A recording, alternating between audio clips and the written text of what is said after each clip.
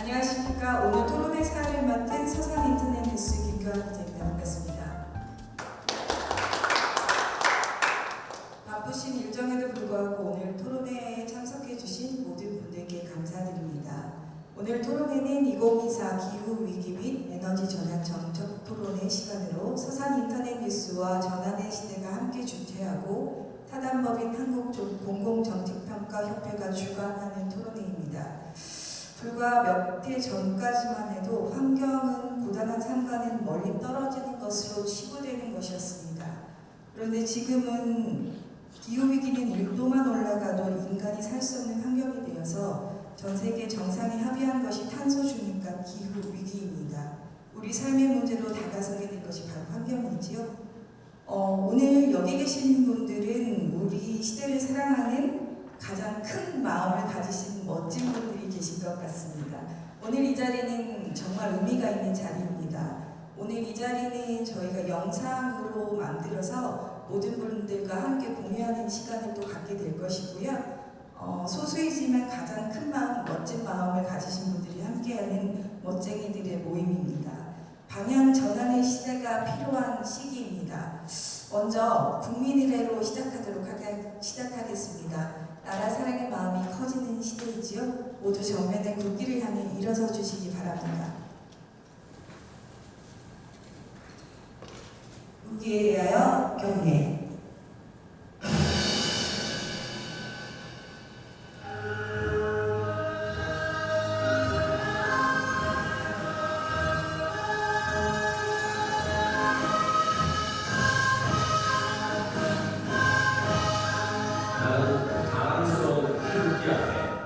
자유롭고 자유로운 대한민국의 무궁한 영광을 위하여 충성을 다할 것을 굳게 다짐합니다.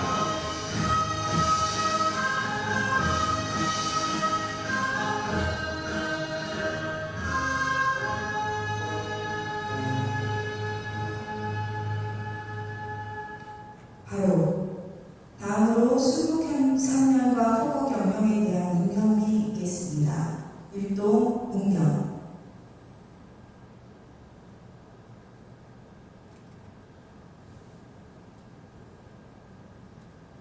바로 시작에 앞서 참석해주신 내빈분들을 소개해드리겠습니다. 먼저 서산의 인터넷 뉴스 대표 강대한 대표님 참석하셨습니다. 감사합니다. 전화의 시대 대표 강사한 대표님 참석하셨습니다. 감사합니다. 한국공공정책평가협회 중앙회 박병식 회장님 참석해주셨습니다. 감사합니다.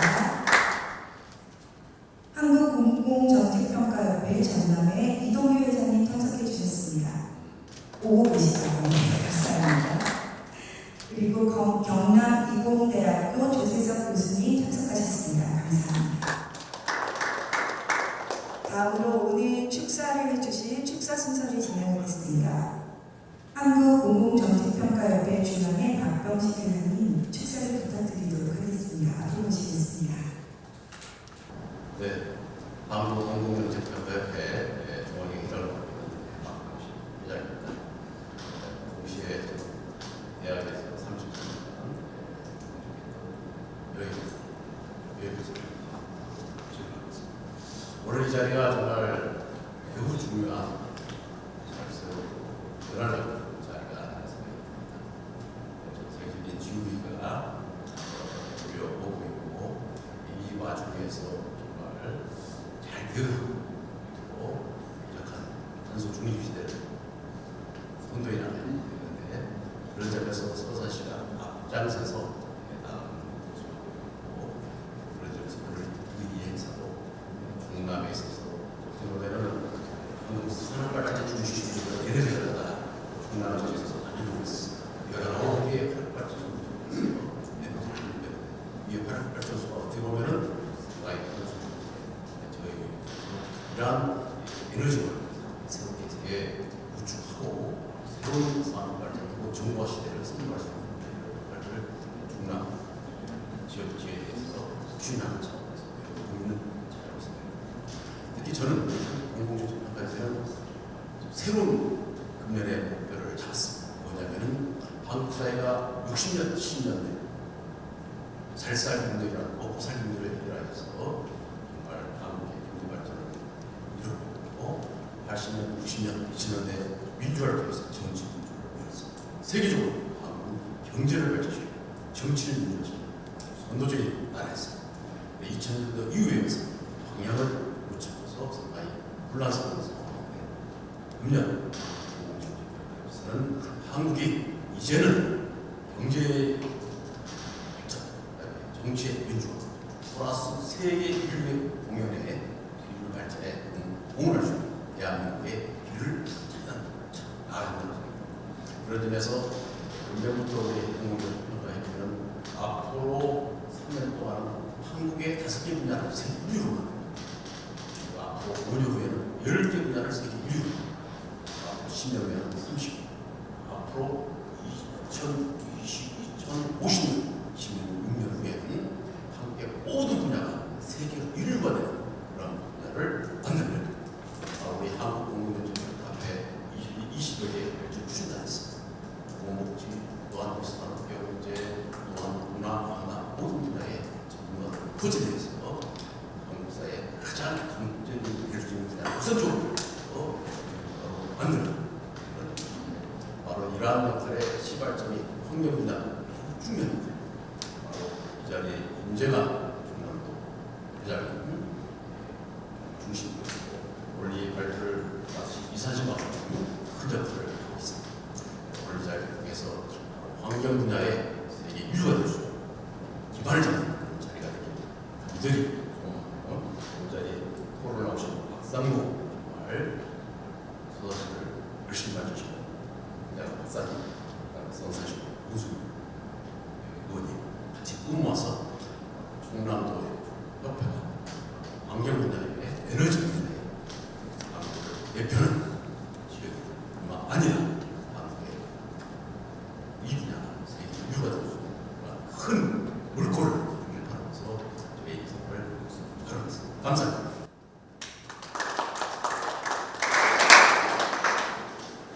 열정적인 축사 감사드립니다. 지금 서두에 우리가 사랑하는 서산의 환경이 방향의 전환이 필요하다라고 말씀드렸는데요. 서산의 언론을 굉장히 똑똑하고 깨어있는 언론을 맡고 있는 언론사가 있습니다. 전환의 시대, 방세현 대표님께 또 축사를 부탁드리도록 하겠습니다. 박수로 맞이해 주십시오. 네, 안녕하십니까. 반갑습니다. 에너지 대전환의 시기에 차별화된 콘텐츠로 창간 첫 돌을 맞이하는 전환의 시대 대표 박서연입니다. 어느새 만 1년이 되어갑니다. 감회가 새로운데요. 이 짧은 시간 속에서 오늘 진행되는 토론회가 두 번째를 맞이하게 되었습니다. 머지않아 알리백을 실현시키지 않고서는 국가나 지방정부 그리고 기업도 이 무한 생존 경쟁에서 도태될 수밖에 없는 날이 올 것이라고 모두가 예상을 합니다. 이런 중차대한 시기에 우리 서산이라고 하는 작은 중소도시에서 시대가 꼭 필요로 하는 주제를 가지고 토론회가 열린다는 것에 대해 시민의 한 사람으로서도 충분한 자부심과 진심의 응원을 보내드리고 싶습니다. 그리고 오늘 이 토론회를 준비하시느라고 많은 분들이 고생을 하셨습니다. 고생하신 분들 그리고 토론 패널로 나오시는 한 분 한 분의 소개는 사회를 맡으신 우리 인터넷 뉴스의 김경아 기자님께서 해주시도록 하겠습니다. 감사합니다.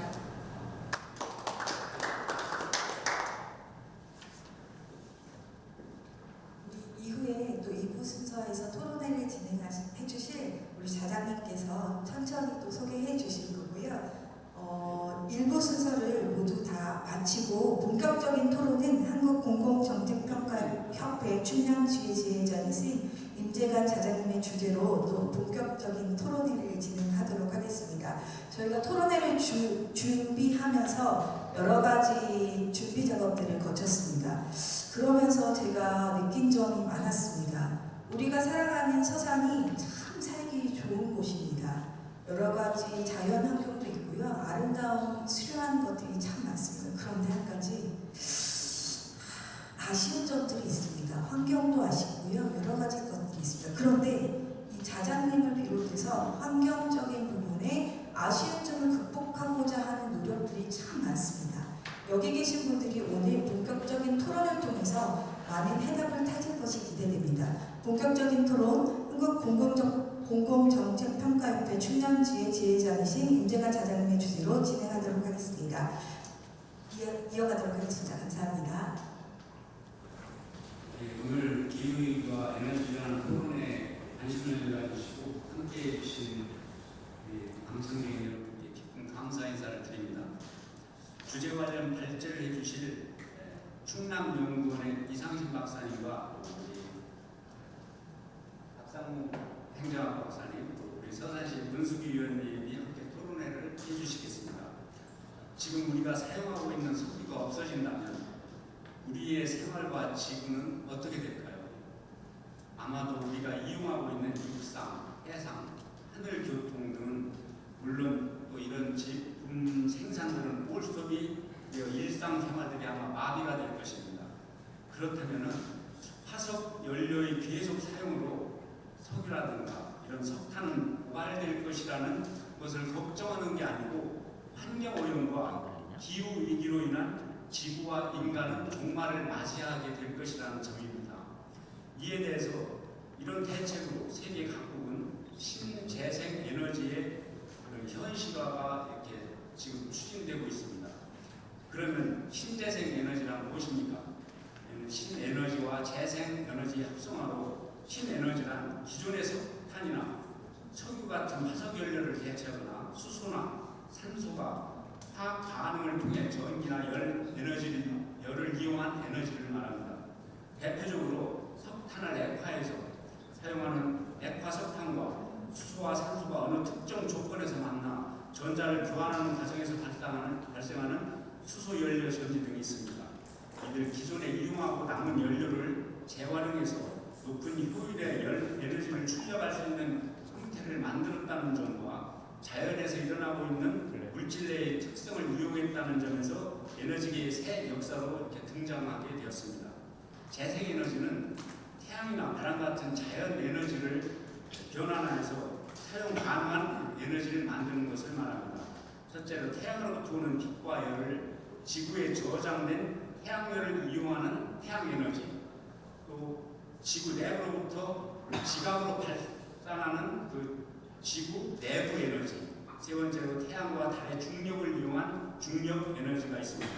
이렇듯 신재생 에너지는 다양한 형태, 또 다양한 방식을 이용해 기존의 화석 연료가 절대적으로 비율을 차지하고 있었던 이런 생산과 생활 일부분을 해결하면서 온실가스로 인한 기후 환경 위기와 탄소 중립, 화석 연료 고갈 문제를 일부 해소하고자 하는 그런 정책입니다.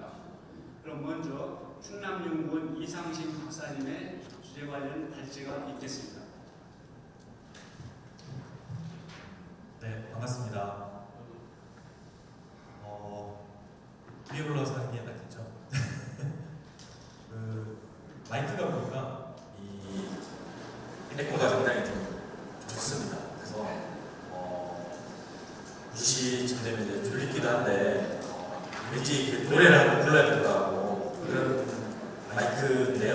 아마 졸리지 말라고 이렇게 주신 것 같습니다. 작년에 제가 탄소 중립 관련된 토론회에 참석을 해서 작년에 제가 조금 포커스를 잘못 맞춘 것 같아서 미리 좀 말씀드립니다. 작년에는 이제 시민들을 모시고 토론을 했던 것 같고요. 오늘은 저희 전문가분들 이런 분들이 좀 많이 오신 것 같습니다. 그래서 사실 저는 이제 작년 경험을 바탕으로 올해는 조금 이제 교육이나 뭐 이런 쪽을 좀 생각을 해서 PP로 좀 준비를 했었는데요. 보고 잘하신 것 같은 부분들을 좀 넘어가도록 하겠습니다. 축사 중에 우리 박현식 회장님께서 인류국가 말씀하셨는데 이게 그 중에서 제가 좀 말씀을 하시면서 환경이 제일 중요하다는 말씀을 하시더라고요.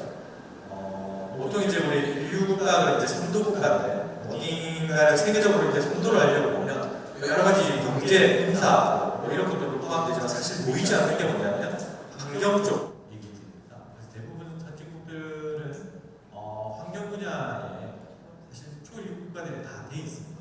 그리고 그러다 관련된 기술이라든가 이런 것들 좀 선도적으로 나가고 있죠. 그래서 그런 부분을 좀 짚어주신 것 같고요.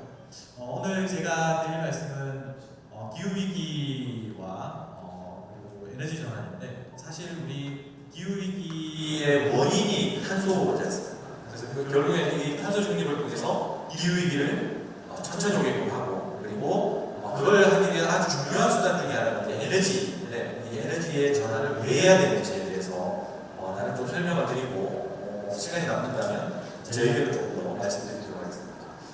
제가 이걸 좀 잠깐 이걸 보고 말씀드리겠습니다. 유엔 사무총장이 남긴 기후위기 경보입니다. 위기를 벗어날 올린 타임까지는 2년도 남지 않았습니다. 2025년이라는 시점은 기후변화 대응을 위한 195개국 정부간 협의체 IPCC가 지난 3월 만장일치로 채택한 6번째 보고서를 그대로 합니다. 인류는 생존을 위해 2030년까지 온실가스 순 배출량을 2019년 대비 43% 줄여야 하는데, 이를 위해선 2025년에 온실가스 배출량이 정점을 찍어야 한다는 겁니다. 심지어 이 목표를 달성한다고 해도 2040년 전에 1.5도 상승은 확실하고 2도 상승마저 막기 어렵다는 결론입니다. 온도가 상승할수록 홍수, 가뭄, 산불, 폭설, 폭염 등 극단적인 날씨가 잦아집니다. 홍수의 경우만 봐도 기온이 1.5도 증가하면 2배 늘어나는데 2도면 2.7배, 4도면 2.8배 급증합니다. 지난해 미국의 한 대학 연구팀은 지구의 생물들이 자연현상에 의해 5차례 대멸종을 겪고 현재 인간에 의한 6차 대멸종을 겪고 있다고 발표했습니다. 1500년 이후 약 200만 종의 지구 생물 중 15만에서 26만 종이 사라져 이미 7.5에서 13%의 멸종이 진행된 것으로 추산한 겁니다. 백악기말 공룡 대멸종 등 지구의 5대 대멸종 중에는 생물종의 6에서 70% 이상이 사라졌습니다. 연구팀은 인간이 지금의 위기를 초래한 당사자이면서도 미래를 위한 의식 있는 선택을 할 수 있는 유일한 종이라고 강조하며 위기를 부인하거나 심지어 보도하는 행동으로 대멸종을 향하는 슬픈 길이라고 평가했습니다. 네, 여기 나온 제가 좀 중요하다고 생각하는 하나들을 적어봤습니다. 배출량 정점이 25년에 배출량 정점을 찍어야 되고요. 그리고 2040년도에는 1.5도 확실히 상승할 것이다. 그리고 2도 상승, 아마 제가 나중에도 작년에도 좀 말씀을 드렸고 1.5도와 2도의 차이를 말씀드릴 텐데 벌써 이 한계점을 넘어간다는 얘기고요. 그리고 극단적인 날씨가 잦아졌다는 거, 그리고 대멸종 얘기를 나오고, 기후위기 이런 얘기를 하면서 왜 대멸종 얘기를 하는지도 좀 말씀드리겠고요. 그리고 제일 마지막에 보면 위기를 부인하거나라는 표현을 저는 참 와닿는데요. 여기저기서 이렇게 많은 얘기를 해보면 지금 당장 먹고 살기도 힘든데 라는 얘기를 많이 합니다. 이게 이제 우리가 이걸 부인하면 나중에 어떻게 되는지에 대한 그런 얘기를 좀 말씀드리고자 합니다. 제가 1.5도, 2도 얘기 말씀드리면서 왜 이게 중요하냐면 이 환경에는 환경 수용 능력이라는 게 있어요. 환경 수용력이라는 게 있는데, 환경 수용력은 이건 지금 우리 주식이거든요. 근데 이것들은 어떻습니까? 이렇게 가다가 뭐 떨어지기도 하고 올라가기도 하고 해서 한계라는 게 없죠. 캡이라는 게 없습니다. 근데 환경 수용력은 모든 환경 수용력이 마찬가지입니다만 증가를 하다가 어느 점에 달하면 이 자정작용에 의해서 다시 줄어들었다가 다시 올라갔다가 이걸 반복하면서 결국에 수렴을 하게 돼요. 이제 수렴을 하겠죠. 그러면 여기를 계속 넘어서게 되면 나중에는 이 수용 능력이 우리 주식이나 이런 거 얘기하면서 위로 올라가는 게 아니라 아예 밑으로 떨어집니다. 쉽게 말하면 지구에 살 수 있는 인구가 만약에 환경 수용 능력이 100억이다 그러면 110억 정도를 유지하다가 다시 줄어들었다가 100억을 이렇게 가야 되는데 가지 않고 120억, 130억 정도 되면 어느 날 갑자기 이게 쭉 떨어졌다가 50억, 30억, 20억으로 떨어졌다가 더 이상 증가하지 않아요. 환경이 수용할 수 있는 능력 자체가 줄어든다. 그래서 이걸 왜 우리가 알고 있어야 되냐면 기후위기가 바로 이 개념을 알고 계시면 왜 우리가 지금 시급하게 해야 되는지, 왜 부정을 하면 안 되는지에 대해서 얘기를 할 수 있을 것 같아요. 우리가 어떤 현상을 이해하거나 뭔가 이렇게 대안을 마련하거나 하려면 소위 이제 외부 작용에 대한 반응이죠. 반응을 하려고 하면 제일 먼저 필요한 게 뭐냐면 인식을 해야 됩니다. 알지 못하면 못하죠. 이 자리를 마련해 주신 우리 지혜 형님께서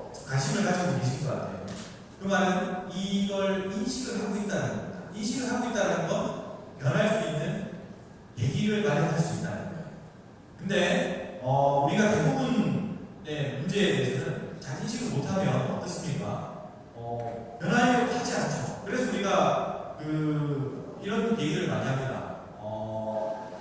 가끔 우리나라에도 나왔지만 노예 근성이라고 하나요? 이런 것들, 그리고 현대에도 뉴스에도 나왔습니다만 섬에 갇혀서 이 노예처럼 살고 있는데 거기를 벗어나지 못하는 분들 있잖아요. 이것들이 바로 이 현상을 인식을 못한다는 건데, 그러면 우리는 가만히 보면 이 현상을 방해하는 어떤 보이지 않는 힘이 많이 있어요. 우리 과거사를 봐도, 우리 근현대사를 봐도 어떻습니까? 민주주의를 방해했던 많은 이런 보이지 않는 힘들이 있었죠. 여기 이것들을 극복하고 우리는 이제 민주사회를 만들어 갔습니다. 그러면 기후변화, 기후위기에 대해서 우리가 왜 잘 모르느냐라는 건 뭔가 우리의 이 인식을 방해하는, 기후변화라고 하는 걸 방해하는 힘이 뭔가가 있다는 거예요.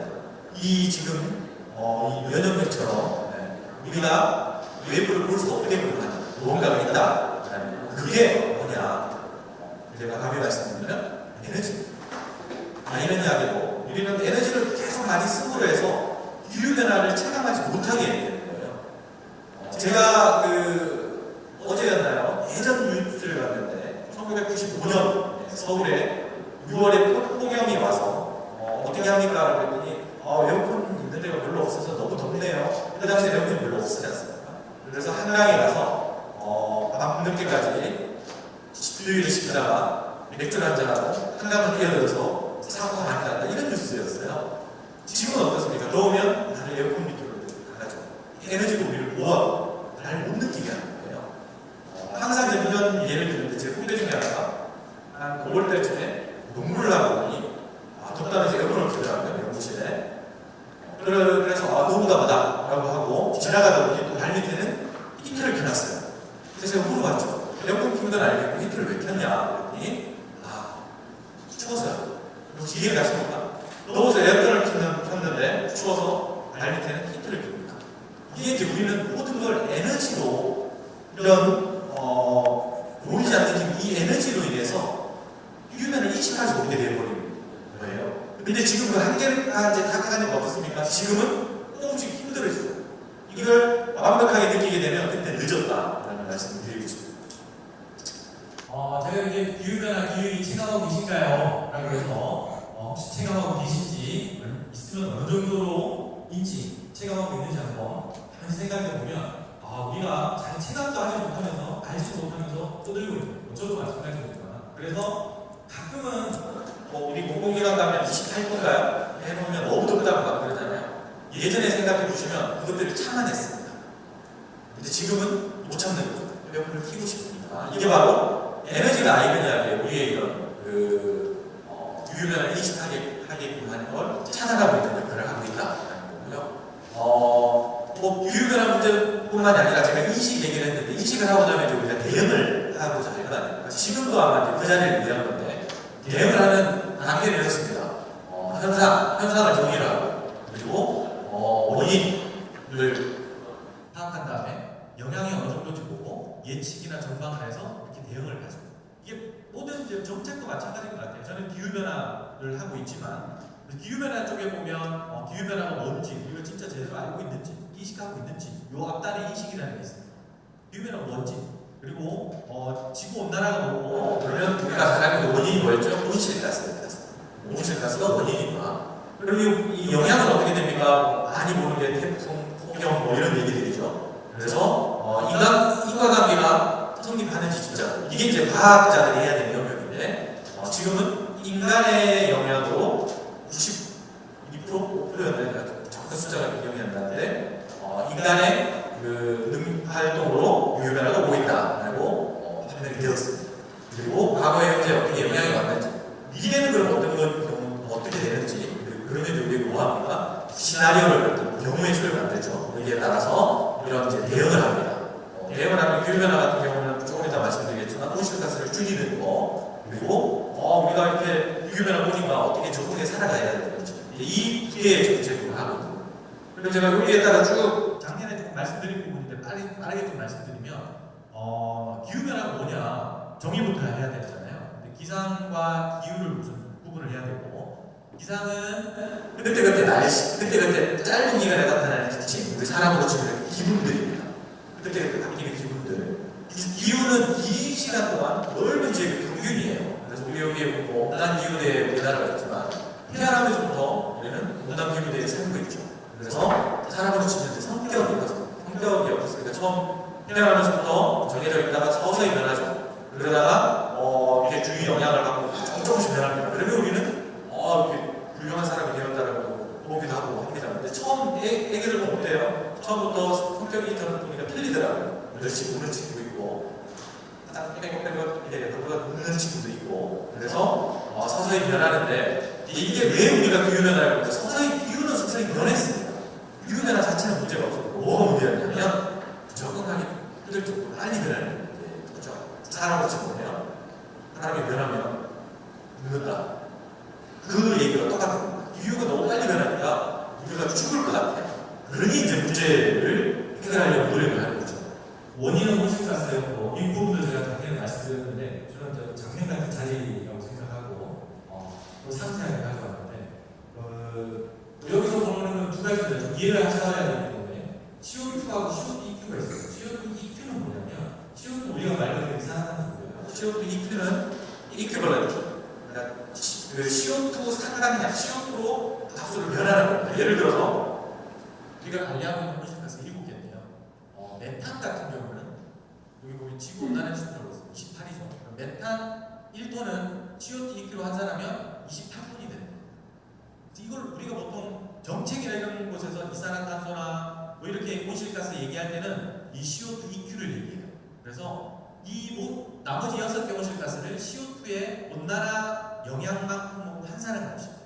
그래서 우리가 봐야 될 게 뭐냐면 CO2와 CO2EQ가 있구나. 두 번째는 이 CO2EQ 우리가 관리하는 CO2EQ는 모든 온실 기체를 얘기하는 게 아닙니다. 뭐냐면 인위적으로 발생하는 사람의 그 활동으로 발생하는 건가요? 예를 들어서 옛날부터 밀림에 나무가 심어져 있어서 흡수를 했잖아요. 그 부분은 우리가 오해하지 않습니다. 뭔지 아시겠죠? 그래서 왜 그러냐면 전 지구의 CO2 발생량 뭐라고 적어놨습니까? 인위적인 CO2 발생량은 이렇게 계산합니다. 복잡하게 아주 쉽게 이해를 하려면 전 지구에 발생하는 인위적으로 발생하는 인위적인 게 뭐예요? 인구수 계속 증가하고 있고요. 곱하기 여기다가 이 인구가 1인당 받는 서비스, 예를 들어서 에어컨을 킨다든가 전기, 엘리베이터 이런 데 쓰지 않습니까? 이런 서비스 이거 어떻습니까? 우리 다 잘 살고자 하는 게 목적이잖아요. 이것도 계속 늘어나고 있어요. 이것도. 그 다음에 이 하나의 단위 서비스를 만들어내는데 필요한 에너지, 이게 효율입니다. 옛날에는 백열적으로 썼는데 효율이 좋은 LED를 쓰고 있죠. 이건 줄어들고 있고요. 그 다음 요 단위 에너지를 만들어내는데 발생하는 온실가스 배출량, 이걸 하면 전 지구에 발생되는 인위적인 온실가스가 산정이 되는데요. 요걸 제가 왜 말씀드리냐면 여기서 중요한 게 하나 있습니다. 이거 늘어나고 있고 이것도 늘어나고 있고 이건 다행히 조금 줄어들고 있는데 요걸 보시면 우리 석탄 화력발전소에서 만드는 1kW하고 풍력을 가지고 만드는 1kW를 생각해 보시죠. 그 발전소나 기기를 만드는 데 들어가는 발생하는 온실기체를 제외하면 뭡니까? 석탄 화력발전소는 꽤 높다는 걸 알고 있고 풍력은 어때요? 바람이 불면 돌아가서 전기를 만들고 그렇죠. 온실가스 발생량이 제로입니다. 그래서 이게 제로가 되면 전체가 제로예요. 인위적으로 발생해요. 그래서 우리가 왜 재생에너지를 얘기하는지는 이 식을 이해하면 바로 알 수 있다라는 말씀드리고 싶고 또 이제 영향 보면은 여러 가지가 있는데 뭐 기온 상승하고 거기에 따른 파급 효과가 있는데 이것도 제가 작년에 말씀드렸었어요. 우리가 기후에서는 어떤 날씨하고 기상하고 틀리다고 했잖아요. 그래서 전 지구 기온 상승 일보가 뭐냐면 우리 몸으로 봅니다. 우리 몸이 코로나 때 어땠습니까? 36.8도가 36.5도, 36.8도가 정상이죠. 근데 몇 도가 넘으면 못 들어갔습니다. 37도, 해주는 데는 37.2도 보게 됐어요. 1도도 안 올라가고 근데 문제가 생겼죠. 지구 시스템 전체를 놓고 보는 거는 몸은 어때요? 작은 소, 우주다 이런 얘기 하잖아요. 몸도 보면 몸 시스템적으로 우리 몸도 1도가 올라가면 큰 문제가 발생합니다. 지구도 마찬가지로 그렇게 보시면 되고 이 여러 가지 얘기들 중에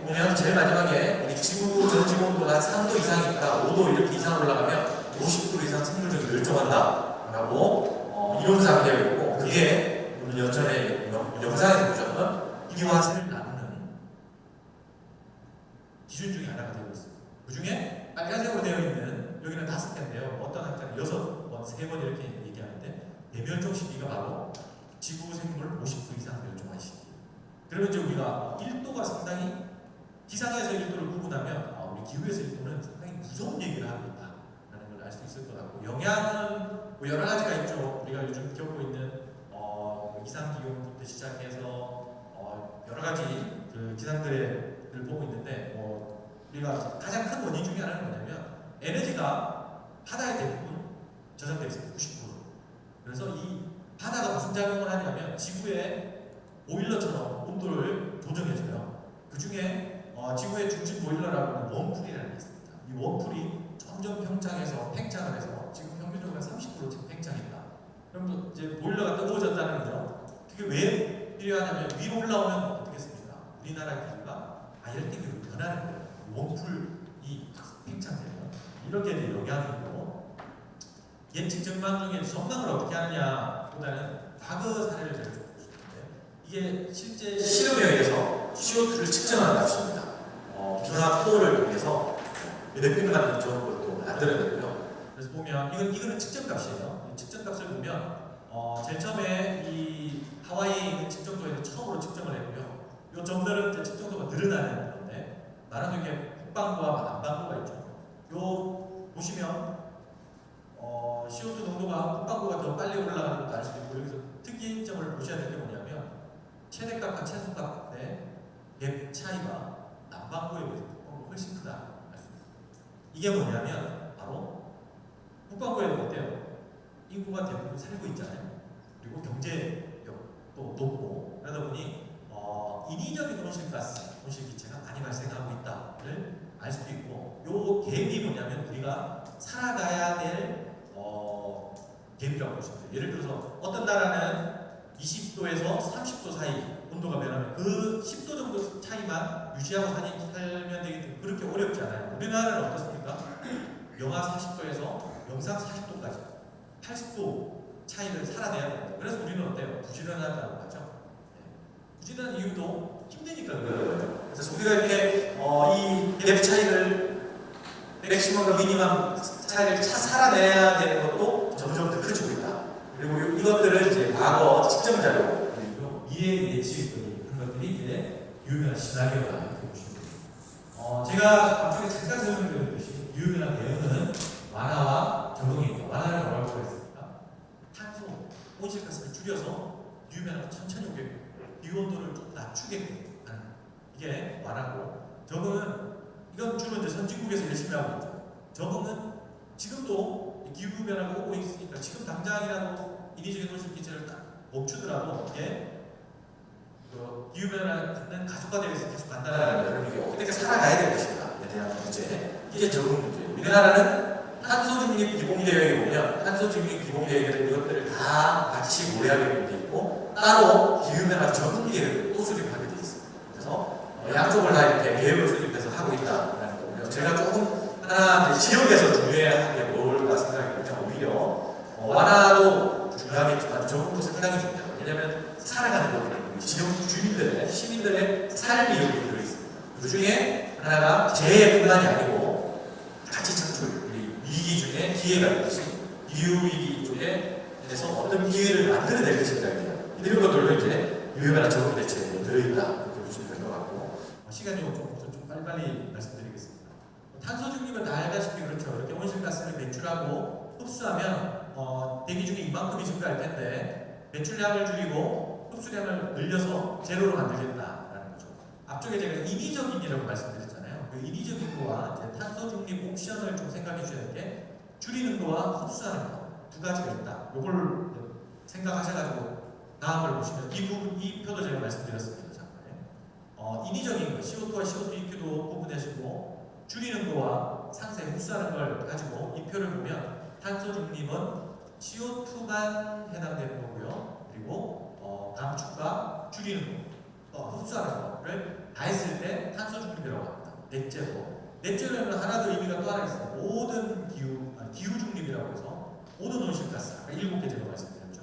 그 전부를 탄소 중립하는 겁니다. 근데 우리는 이 카본 뉴트럴이라고 해서 탄소 중립 단어를 그냥 이걸로 쓰고 있어요. 그래서 모든 온실가스를 감축 줄이고 흡수하는 걸로 해서 하고 있다. 그리고 왜 2050이냐 하면 우리 1.5도씨 아까 앞쪽에 얘기 나왔었잖아요. 1.5도를 맞추기 위해서는 2050년쯤에 CO2만 넷째로 카본 뉴트럴을 해야 되고, 그리고 60년도에서 70년도쯤에 모든 온실가스를 중립을 해야 된다라는 건데, 이걸 좀 당겨가지고 저희가 모든 온실가스를 90년에 탄소 중립해야 된다 이렇게 얘기를 합니다. 그래서 2050이라고 목표를 세우고 있습니다.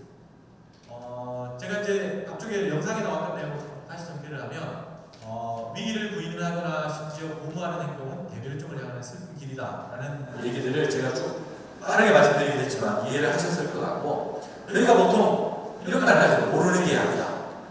근데 이제 우리 오늘 모이시고 오늘 토론에도 이런 아는 얘기이 되는 선택을 하기 위해서 이 자리에 계실 것 같습니다. 그 문제 해결을 대응하기보다는 이제 원인을 제거하는 게 더 좋다라는 말씀을 좀 드리면서, 첫 번째가 뭐냐면 제가 앞쪽에 말씀드린 거예요. 에너지라고 했죠. 우리가 인식을 방해하는 에너지, 힘, 에너지, 이 보호막 에너지를 어떻게 인식하기로 할 것인지 생각을 해봐야 될 것 같고요. 또 하나는 온실가스를 제거하는 것, 인위적인이라고 저는 계속 말씀드리고 있습니다. 뭡니까? 에너지 사용을 줄이거나 최소화하는 에너지를 쓰는 것. 이게 이제 우리가 오늘 얘기하는 에너지 전환 얘기가 될 것 같습니다. 앞쪽에는 제가 이제 그 에너지가 뭔지, 에너지와 관련된 아주 간단한 그런 법칙들이나 좀 알아야 될 것들 이런 걸 좀 말씀드리고 싶었는데 시간이 없는 관계로 넘어가도록 하고요. 이 부분을 딱 알고 계시면 오늘 정책을 논의하는데 좀 많은 도움이 될 것 같아서 9페이지 열심히 말씀을 드리겠습니다. 우리가 어떤 그 시스템을 이해할 때는요, 이렇게 개라는 걸 해서 외부와 그 에너지 교환이 없다라고 하고 하거든요. 그렇게 계산합니다. 그러면 이 환경계는 고립되어 있습니다. 그리고 그 안에 경제계가 들어있죠. 그러면 제가 좀 그림을 못 그려서 그냥 아이콘을 하나 가져왔는데 이 환경계에 있는 에너지, 예를 들어서 밀림에 있는 그 나무가 하나 있어요. 얘는 경제적으로 가치가 없습니다. 그냥 공공재처럼 약간 비슷하게 환경재라고 하죠 우리가. 돈으로 매길 수가 없어요. 근데 어떤 업자가 우리 밀림에 있는 그걸 내서 우리나라 경제를 위해서 그 연필을 만들어서 팔린다 이렇게 하면 매는 순간 어떻게 되냐면 경제계 안으로 이렇게 들어옵니다. 경제계 안으로 돈으로 환산이 되는 거죠. 개발권을 돈을 주고 샀겠죠. 벌써부터 돈이 들어갔고 이걸 가지고 우리가 이익을 창출하기 위해서 기업을 뭔가를 할 겁니다. 이 경제계로 들어온 이 에너지는 좀 전에 작게 표현한 이유가 뭐냐면 왜 그렇습니까? 나무를 바로 베어가지고 바로 들고 올 수 없잖아요. 가지치기나 여기 일부 버리고 옵니다. 이게 뭐냐면 폐기물이에요. 버리고 가요. 경제계에서 쓸모가 없는 건 폐기물로 이렇게 내려가요. 그리고 얘는 이제 돈으로 환산이 안 되죠. 돈으로 환산되면 사실 폐기물이 다시 재활용, 재사용할 때 돈 환산됩니다. 공장에서 방역기를 깎고 그리고 또 찌꺼기 버리죠. 그리고 연필을 만들어서 한 다음에 다 쓰면 또 어떻게 됩니까? 그 연필은 결국에 다시 이렇게 환경적으로 버려져요. 여기서 제가 말씀드리고 싶은 건 뭐냐면 우리가 생각했던 상품은 사실 잠재적인 폐기물이다. 이 개념을 가지고 에너지로 다 됩니다. 예를 들어 제가 재사용을 가지고 말씀드리고 이걸 가지고 말씀드리겠습니다. 재활용에는 우리가 소위 말하는 리사이클, 옛날 이 단어를 썼죠. 재활용, 그리고 리듀스라고, 재사용, 리듀스라고 해서 감량화 이렇게 썼는데 절약이 적게 쓰는 거. 요 세 가지가 있는데 어떻게 가장 적게 씁니까? 적게 쓰는 거. 앞쪽에 제가 페이지에 에너지를 적게 쓰는 거가 에너지 전환의 중요한 하나의 요소다 이렇게 말씀드렸잖아요. 그리고 얘는 재사용은 적은 에너지로 다시 쓸 수 있고요. 재활용은 우리 PT병 모으면 에너지도 엄청 써서 다시 만드는 거예요. 그래서 우리 에너지가 더 많이 든다는 거예요. 이 시스템을 한번 롤러코스터 시스템을 보면 우리가 그 제비했을 때는 어떻게 얘기했냐면 위치 에너지가 100이고 운동 에너지가 0이다. 중학교 때 가르쳤죠. 에너지 모르는 법칙을. 그리고 B 위로 가면서 속도가 운동 에너지가 늘어나면서 위치 에너지가 줄어들어서 이 C에는 위치 에너지가 제로고 운동 에너지가 100입니다. 이러면서 다른 에너지로 전환되지 않는다라고 했어요. 근데 사실은 전환이 되면 어떻게 전환이 됩니까?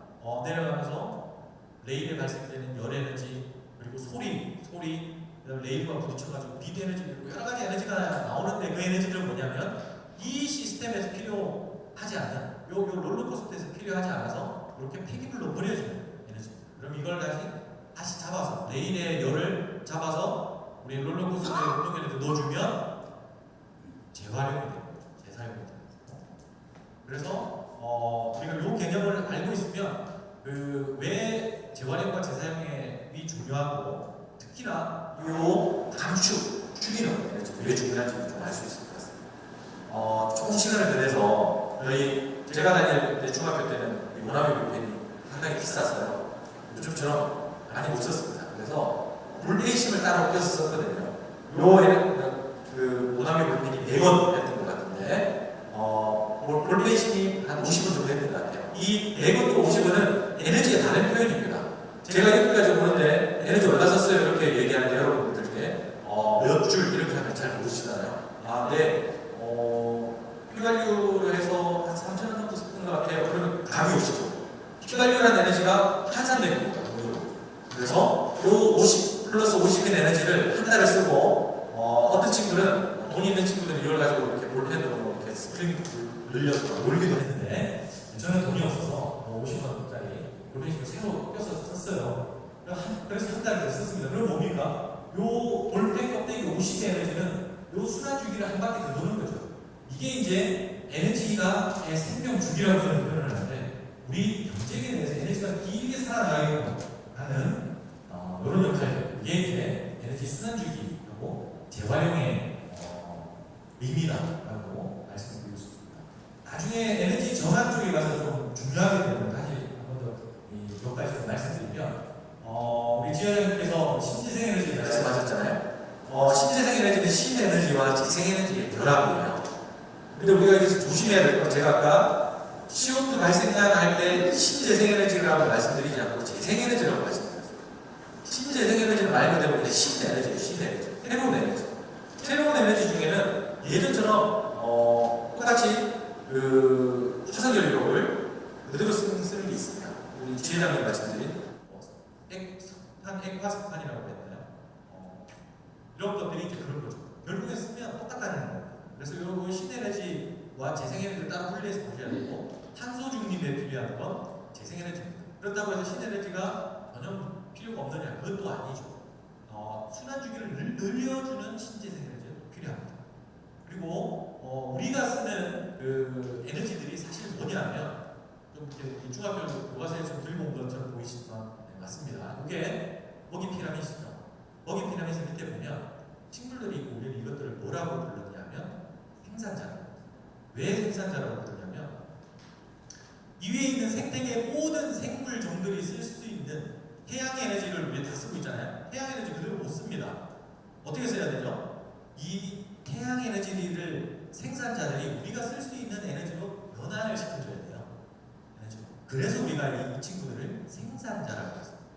그래서 생산자들이 1차 소비자 변환된 에너지를 먹고 2차 소비자, 3차 소비자 이렇게 올라가는데 이상은 다 못 쓸 거예요. 왜 그러냐면 이 생산자가 만들어낸 이 에너지에 몇 퍼센트가 여기로 넘어가냐면 거의 희미한 에너지가 못 넘어가요. 그래서 제가 많이 보면 이렇게 넘어갈 때 10% 정도 봅니다. 그 다음에 얘들은 어때요? 운동도 하고 자체적으로 에너지를 쓰기 때문에 정말 미미해서 제일 상위 층에 있는 한 마리를 만들어내기 위해서 엄청난 토지, 땅이 필요한 거예요. 생산, 의료기치도 같이 필요한 거죠.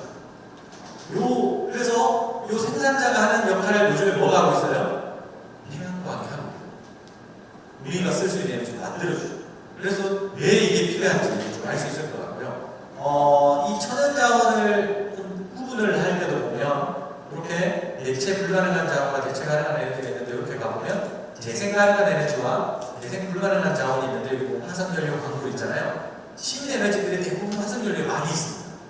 그래서 신에너지에 대해서는 이 탄소 중립할 때 크게 언급되지 않는 이유가 바로 이런 이유다라고 보시면 될 것 같고 그러면 이런 재생에너지가 주요 에너지가 되느냐가 제일 관건이잖아요. 결국 우리가 재생에너지를 주요 에너지로 만들어야 되기 때문에 예전에 한번 미국의 에너지 사용 예를 보겠습니다. 제가 EU 그래프를 못 찾아서 제가 대학 강의할 때 쓰는 그 주제에서 그냥 가져온 건데요.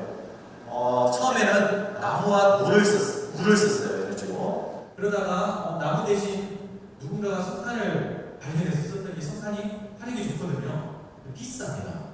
그래서 비싸지만 점점 더 여러 사람들이 캐다 보면 기술력이 늘어서 이 가격 경쟁력을 딱 넘어가면 이때부터 석탄이 주 에너지가 됩니다. 그리고 석탄이 주 에너지가 되기 더 전에 누군가 기름을 발견했어요. 그래서 이 기름도 더 고동축이고 보관도 쉽고 모양도 마음대로 하는 게 더 좋은 거죠. 그래서 점점 더 얘도 가격 경쟁력을 갖췄더니 지금은 이제 석탄보다는 우리 천연가스라든가 석유라는 게 주 에너지가 되죠. 핵도 있었고 재생에너지가 이제 이 루트를 따라가야 된다는 겁니다. 그렇게 하기 위해서 뭐가 필요한가? 제가 계속 좀 경제 쪽은 아니지만 가격 말씀드렸잖아요. 그게 바로 뭐냐면 이런 외부 비용들을 가격에 넣는 거죠. 그래서 보조금 주기도 하고 재생에너지가 아닌 것 같은 경우는 세금을 좀 높이고 이렇게 하지 않습니까? 이런 것들이 이제 되고 나면 이후에는 주 에너지가 될 수도 있다. 재생에너지가. 그래서 인위적인 가격 경쟁력을 조정해줘야 된다. 이렇게 이제 재생에너지가 주 에너지가 되기 위한 거고요. 에너지 전환 정확히 그냥 찾아보면 이렇게 되어 있습니다. 에너지 전환이라는 건 공급 체계를 화석연료와 핵 원자력으로 이렇게 하는 건데 이렇게 설명이 되어 있어요. 근데 우리가 에너지 전환의 목적을 한 7가지고 6가지고 봅니다. 우리가 이제 논의해야 될 게 이런 6가지에 대해서 전체를 다 논의해야 되는데 오늘은 아마 다 논의하지 못할 것 같고 아마도 1, 2번 정도 논의할 것 같습니다. 여기 보면 에너지 전환의 목적 중에 저는 좀 크게 보는 게 기본권으로서의 에너지예요. 이 부분을 오늘 좀 놓치지 말고 에너지 전환 정책을 넣어줘야 된다는 얘기고요. 에너지 전환의 구성 요소는 제가 다 설명드렸습니다. 재생에너지, 효율화, 절약, 그리고 우리가 잘 보면 이제 에너지원의 일원인데 이게 뭐냐면 에너지 전환을 하려면 하나의 전원을 가지고 다 쓸 수 있게끔 돼야 됩니다. 그게 뭐냐면 바로 전기예요. 그래서 전기로 모든 걸 통일하고 공급을 우리는 바꾸려고 하죠. 재생에너지. 이런 것들이 에너지 전환의 구성 요소다 이렇게 보시면 됩니다. 아리백은 우리 사회자님께서도 말씀하셨던 것 같고 대표님께서도 말씀하셨던 것 같아서 아리백은 아마 다 하실 것 같고요. 아리백에서 중요한 건 아무 기업이나 다 아리백 선언을 할 수 없습니다.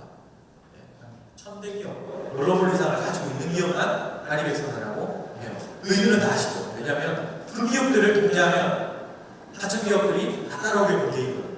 그래서 요거만 아시면 될 것 같고 아리백하고 이제 현재 우리 정부에서 열심히 밀고 계신 에너지 CF, 카본 프리 아마 들어보셨을 거예요. 왜 24/7이라고 되어 있는 게 뭐냐면 24/7은 일주일 동안 24시간 내내 탄소를 발생시키지 않는 전원을 쓰잖아요. 그 중에 이제 우리가 차이가 있거든요. 뭔가요? 원자력. 근데 분야를 연구하시는 분들은 다 알겠지만 원자력의 미래 외부 비용은 아무도 모르는 거기 때문에 반대하는 경우가 있고요. 요거는 이제 좀 차이점이 뭔지고 이렇게 열심히 하고 있더라라는 거고 시간이 되면 이것도 좀 설명을 드리고 싶었는데 그러면 이제 우리 충남과 서산에 관련된 지표들을 좀 말씀드리면서 마지막으로 몇 개 말씀드리겠습니다. 충남은 다생산 다소비 구조에 보면 에너지 소비 현황입니다. 여기 보시면 충남이 상당히 전남 다음으로 소비를 많이 하고 있다. 보시면 되고 다음이 경기 이렇게 나가고요. 울산도 좀 상당히 높죠. 울산 인구를 딱 생각해 보시면 다음 옆으로 가보면 1인당 최종 에너지 소비가 1위가 울산이 가장 높고요.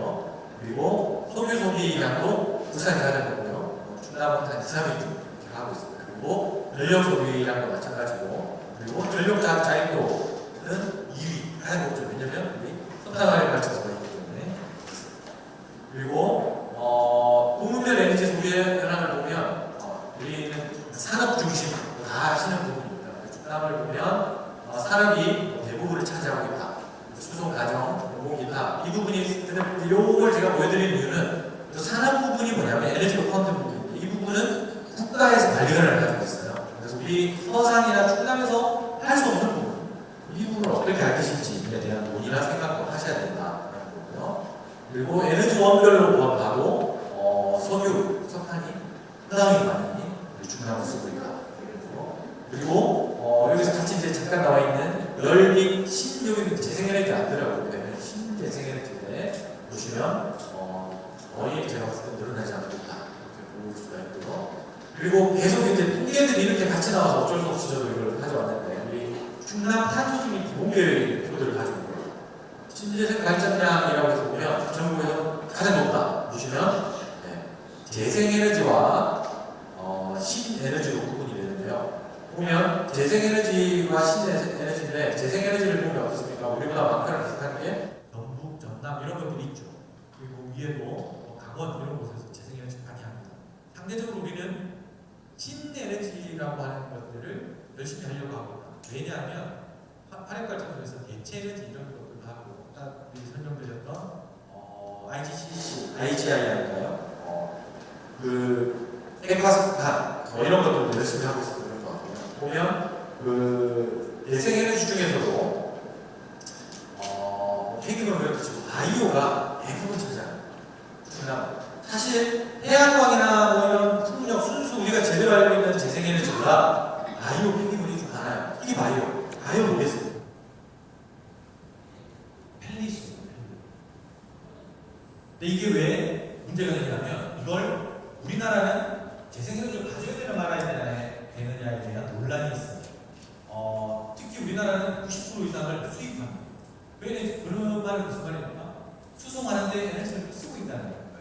수입하는. 그뿐만이 아니라 여러 가지가 있는데 여러 가지 이유들 중에 바이오와 관련된 것들은 우리가 사실 많이 하고 있지만 이건 재생에너지를 볼 수 없다라는 논란이 있다는 거고요. 전력 사용량 보면 서산시가 가정용 공급대 산업용이 서산시고 산업용이 대부분이다라는 거. 그리고 보면 서산시가 가산 당신 다음으로 많은 것을 쓰고 있다는 거. 그리고 신재생에너지도 보면 서산이 이 감지나 태양 같은 경우는 아까 말씀드린 석탄, 핵화석탄이 많이 있어서 그렇지 나머지를 빼면 한 3위 정도 하고 있다는 거고요. 그리고 보급 용량도 3위 정도, 4위 정도 하고 있습니다. 그리고 우리가 탄소 중립할 때 우리 시민들을 생각하셔야 되잖아요. 시민들의 삶과 연결해서 이걸 어떻게 볼 것인가를 보려면 사실 노후 건축물을 꼭 보셔야 돼요. 이게 에너지 전환을 한다고 해서 아니면 탄소 중립을 한다고 해서 무작정 하는 게 아니라 기존에 제가 아까 기본권으로서 에너지 말씀드렸잖아요. 이런 기본권을 가지고 접근을 해야 되는 것 중에 하나가 바로 이 노후 건축, 취약계층이라고 합니다. 서산시 꽤 높습니다. 상당히 높고요. 그리고 동수별 에너지 사용량도 보면 많다. 이거는 이제 어디와 연결되냐면 아마 여기와 연결될 수도 있고요. 대규모 건물이 많을 수도 있고 그렇습니다. 계략적으로 좀 오늘 검토해야 되는 통계 자료들을 좀 말씀드렸고 제가 이제 저희가 탄소 중립 에너지에 대한 얘기를 말씀드렸는데 저는 탄소 중립 기후변화 쪽을 전공을 하고 있어서 정확히 에너지 전환과 관련해서는 아마 좀 얇은 부분들을 좀 전달해 드리는 것 같고 결국엔 우리가 이 에너지를 볼 때 뭘 봐야 되냐면 불평등, 불균형을 같이 봐야 된다. 계속 제가 말씀드린 게 시작됐죠? 에너지 전환의 기본권으로서 에너지 말씀드렸잖아요. 보면 부국과 미국의 에너지 사용량 지자체도 마찬가지예요. 잘 사는 지자체와 못 사는 지자체 차이가 납니다. 미국 같은 경우에 세계 인구의 4.2%인데 에너지 사용량이 15%예요. 미국은 아시겠지만 폐기물을 그냥 먼 동네에 대부분 굽고 있거나 태우고 있거나 미국인들이 우리나라에서 가장 놀라는 게 뭐냐면 여러 가지 중에 분리수거를 너무 열심히 잘하고 있다. 이거잖아요. 에너지가 평등하게 분배되고 있다. 여기 보시면 이렇게 불빛이 밝은 지역에 사는 사람들이 진짜 평등하게 우리가 에너지를 분배받고 살고 있는지 좀 생각을 해봐야 된다. 인간적으로. 그래서 우리나라도 보면 북한하고 거의 섬나라처럼 많은 에너지를 쓰고 있는데 우리나라 에너지는 수입이 대부분이잖아요. 그러면 어딘가 이렇게 밝지 않은 누군가가 써야 될 에너지를 쓰고 있는 게 아닌가라는 생각을 좀 해야 되겠다라는 생각을 하고요. 공간뿐만이 아니라 시간적으로 보셔야 돼요. 이게 더 중요한 것 같아요. 우리가 미래를 투자할 때 사실은 가까운 미래만 보죠. 그리고 나의 권리만 생각을 하는데요. 에너지를 보면 저는 이런 생각을 했었어요. 학위를 하면서 계속 보는 순간 갑자기 생각이 났는데 우리가 쓰고 있는 이 화석연료라는 게 지구가 우리 미래 세대 누군가가 예전처럼 백악기나 지하기처럼 에너지가 거의 없을 때 쓰라고 저축해 놓은 건데 우리가 빨리 태어났다는 이유로 이걸 쓰고 있는 게 아닌가라는 생각을 좀 했어요. 그래서 그 미래를 위한 투자에는 가까운 게 아니라 아주 멀리까지 다 봐야 돼요. 내가 쓰고 있는 시간적으로 봤을 때 내가 쓰고 있는 이 에너지가 미래 세대가 써야 되는 에너지가 아니지라는 생각을 해야 될 것 같다라는 거고요. 지구 역사상 이렇게 많은 에너지를 사용한 세대는 없었다. 이거 많은 논문에서 나오는 얘기입니다. 보시면 지금도 1990년도부터 2022년도까지 물론 인구도 늘어났습니다. 보시면 다른 나라들 빼고요. 우리 아시아 지역은요. 아시아가 가장 급격하게 에너지 사용량이 늘어나고 있어요. 이건 사실 두 가지를 내포하고 있죠. 예전에 선진국들이 공부하고 있는 아메리카나 유럽 쪽이나 이런 쪽보다 에너지를 옛날에 적게서 쓸 수도 있습니다만 어쨌든 우리 미래 세대에게 물려줄 이 아시아의 땅에 미래 세대가 써야 될 에너지가 우리가 정말 많이 쓰고 있는지 생각을 해봐야 되겠다. 제가 좀 오늘 준비가 좀 많이 길게 좀 준비를 해서 짧게 좀 말씀드렸는데요. 제가 드린 말씀들 중에 질의가 있거나 아니면 추가로 토론할 내용이 있으면 저희 지휘자님께서 잘 끌어주실 것 같습니다. 감사합니다.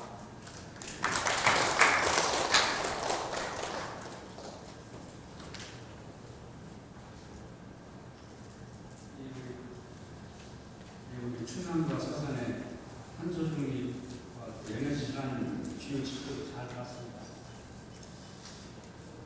그렇다면은 우리 충남과 서산시에 에너지 전환 방안으로 어떤 대책이 필요한지 좀 토론이 됐으면 좋겠고요. 앞으로도 이제 지금 영상을 보면서도 우리 서산시 이제 앞으로 황해 자유구역 지정이라든가 산업단지 조성 시에도 이 태양광, 수소 이런 분산형 연료전지 이런 것들이 설치가 들어가야 된다고 이런 생각을 해왔습니다. 그러면 이 주제 관련해서 견해와 또 발제자의 질의가 있으시면 질의를 해주실 박상무 토론자께서 말씀해 주시죠. 이상무슨 박사님 여러 가지 기후와 관련돼서 에너지 문제까지 한문적으로 직분해서 여러 가지 말씀을 많이 잘 해주셔서 잘 들었습니다. 근데 이제 저는 이런 부분을 연구하고 분석하고 학문적으로 접근해서 데이터화해가지고 알리고 하는 그런 부분이 우선 선행이 되겠지만 결국은 어떻게 실천을 하느냐, 실천의 문제가 제일 중요하다 그런 생각을 합니다. 요즘에 흔히 우리가 우리 한국 또 우리 서산 지역에서 느끼는 건 지금 봄이 한 13일 내지 15일이 빨라졌다고 해요. 연예에 비해서. 여름은 한 열흘 정도, 한 10일 정도 빨라졌고, 가을은 우리가 한 9일 정도, 열흘 정도 가을이 늦어지고, 겨울도 한 일주일 늦어진다. 결국은 따뜻해졌다는 얘기죠. 겨울이 이렇게 짧아졌다는 것은. 그래서 우리가 일상에서 흔히 축복이 없어졌다. 그래서 한국도 과연 사계절이 있느냐 이런 식으로 우리가 남겼는데 세계적으로 IPCC라든지 세계적인 기후 연합 국제적으로 움직이는 부분하고 또 결국은 그런 국제적으로 움직여야 됩니다. 이게 지구라는 것은 우리가 지금 쓰고 있는 이 시점 우리가 가장 어떻게 보면 마지막 잘 사용하고 있다고 봐야죠. 이것을 방치하면 우리의 후손들 지구의 미래는 재앙 수준이죠. 요즘 뭐 전세대는 뭐 결혼하기 어렵다, 저출산, 고령화 이런 사회적인 문제가 결국은 이것도 기후 변화라든지 온난화라든지 세계의 어떤 이런 전환의 측면에서 볼 때는 아주 협소한 거죠. 살 수가 없는 그런 대재앙 수준의 이런 지구가 된다는 것은 아까 말씀드린 대로 발표를 하셨습니다. 네, 나는 아니겠지. 나만 좀 잘 살면 더우면 에어컨 틀고 추우면 히터 이렇게 좀 사용해서 행복한 생활을 하면 된다라는 이것은 결국은 이것도 의미가 없는 거 아닌가 싶은 생각이 들어요. 그래서 요즘에 한국에서도 저출산 대책이라거나 뭐 지금 이런 얘기가 나옵니다. 인구 소멸, 뭐 소산도 마찬가지입니다. 대한민국 문제고 인구 문제, 그래서 저출산 대책이라는 뭐 그런 세상 부서가 부총리급으로 하다는 그런 얘기 뉴스를 좀 봤습니다만 그냥 제가 보는 관점에서는 뭐 전문가는 아닙니다. 지금 뭐 기후라든지 재생에너지 문제 전문가는 아닌데 어떤 우리의 행정이라고 할까 어떤 또 우리의 어떤 트렌드에서 볼 때는 이런 생각을 합니다. 제가 지난번에 토론할 때 우리 서산만큼이라도 좀 수소열차 수소태블하고 수소열차라고 한번 시도해보는 이건 누군가는 우리만 아니고 대한민국만 하는 거 아니고 전 세계적인 문제가 지금 되어있기 때문에 지구 문제는 그래서 우리가 할 수 있는 소산의 문제는 가장 접근하기 쉽고 우리도 하여튼 이거 한 부분으로 같이 참여를 해야 되니까 그래서 기후변화 에너지 문제를 세계적인 부분으로 해서 맞출 수 없지만 우리 지역 시점에 맞는 그런 뭔가를 한번 해봤으면 좋겠다는 생각에 기후 위기판이라든지 기후 환경 대책 담당이라고 부서를 만들고 보는 도 차원에서 국가도 그 생각을 합니다. 저는 물론 환경부가 있습니다만은 우리 기상청 뉴스 많이 전파합니다. 전 세계의 일기, 날씨 뭐 여러 가지 지구촌의 변화를 많이 설명해 주는데 기상청이 아니라 기후 위기부라고 할까? 어떤 진짜 좀 격상을 시켜가지고 기상청도 그 안에 들어가고 환경부와는 다른 환경부라는 것은 우리 지역의 국내 환경에 관한 부분에 여러 가지 시청 방안이라든지 필요한 제도적인 방안을 만드는 거고 기후 위기부라고 해서 정말 이거야말로 무중력급이든 정말 큰 틀에서 기상청까지 포함해서 이런 기구를 발빠르게 좀 만들어서 한국에서라도 선제적으로 대응하는 이거는 누구한테 미룬다 해서 아프리카한테 미룬다 해서 미국이나 중국한테만 미룬다 해서 이 지구가 싹 우리만 괜찮아지는 게 아니라 지구는 전체 덩어리이기 때문에 5번의 멸종이 있었다고 하지 않습니까? 저도 뭐 오늘 이렇게 말씀 듣고 보니까 6번째 지구 멸종을 우리는 이제 막을 수 있는 그런 지혜라든지 여력이 또 국가의 경쟁력이 저는 된다고 보고 이런 부분에서는 선제적으로 선도적으로 먼저 나서주는 것이 결국 선진국가요 또 우리가 좀 발빠르게 또 당당하게 나갈 수 있는 부분이 아닌가 뭐 이런 좀 제 생각을 해봅니다. 그래서 저는 이런 어떤 지금 뭐 숫자라든지 현 기후 위기 뭐 문제점 뭐 이런 것보다는 그 대책에 대해서 자치단체별로 기초든 광역이든 국가에서도 이런 큰 틀에서 뭔가 좀 크게 움직여주는 이런 방법이 이 지구 위기를 온난화라든지 또 에너지 문제로 지구의 재앙을 막을 수 있지 않을까. 그래서 우리 공공정책학회에서 회장님 오셨습니다만 우리 임재관 또 충남 지자체에서도 이런 부분을 가지고 고민할 때 우리 전환한 시대 백대현 편집자 물론 방수정 대표님이 아주 쓰겠습니다만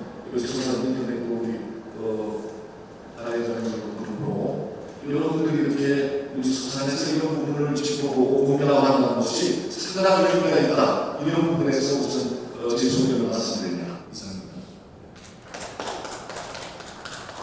박사님 토론을 수고하셨습니다. 따로 뭐 질의 주류는 나중에. 우리 박상무 토론자께서는 이제 우리 지역의 지방정부 그런 수소에 활용하는 이런 교통수단이 또 확대가 필요하다. 지금 19년도에도 우리 서산시는 이제 수소버스를 부대 이제 저희들에서 운영하고 있는데 또 확대가 이제 필요하다는 말씀이시고 다음으로는 우리 서산시의 은수기 기회 관련된 견해와 또 대체자의 질의가 해주시죠.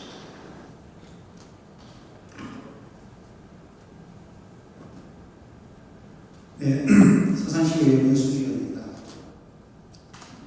공교롭게도 이제 행감이 계속되고 있는 기간이었고 이제 지난주 금요일에서야 끝이 나서 그런 준비를 하는 데 있어서 여러 가지 좀 여로사항이 있긴 했는데 그래서 오늘 토론 시간이 좀 얼마인지 여쭤봤어요. 5분이라고 해서 한편으로는 다행스럽기도 하고 또 한편으로는 이 5분 안에 이 주제를 가지고 토론을 한다는 것은 이 전문가로서 머리에 쫙 들어있지는 또 힘든 일이거든요. 그래서 또 한편으로는 또 걱정이 되더라고요. 즐겁기도 했고 좀 걱정도 됐다라는 말씀을 드리겠습니다. 그렇지만 일단 주어진 시간 5분 안에 할 수 있도록 하겠습니다. 아니 또 괜찮아요? 네, 감사합니다.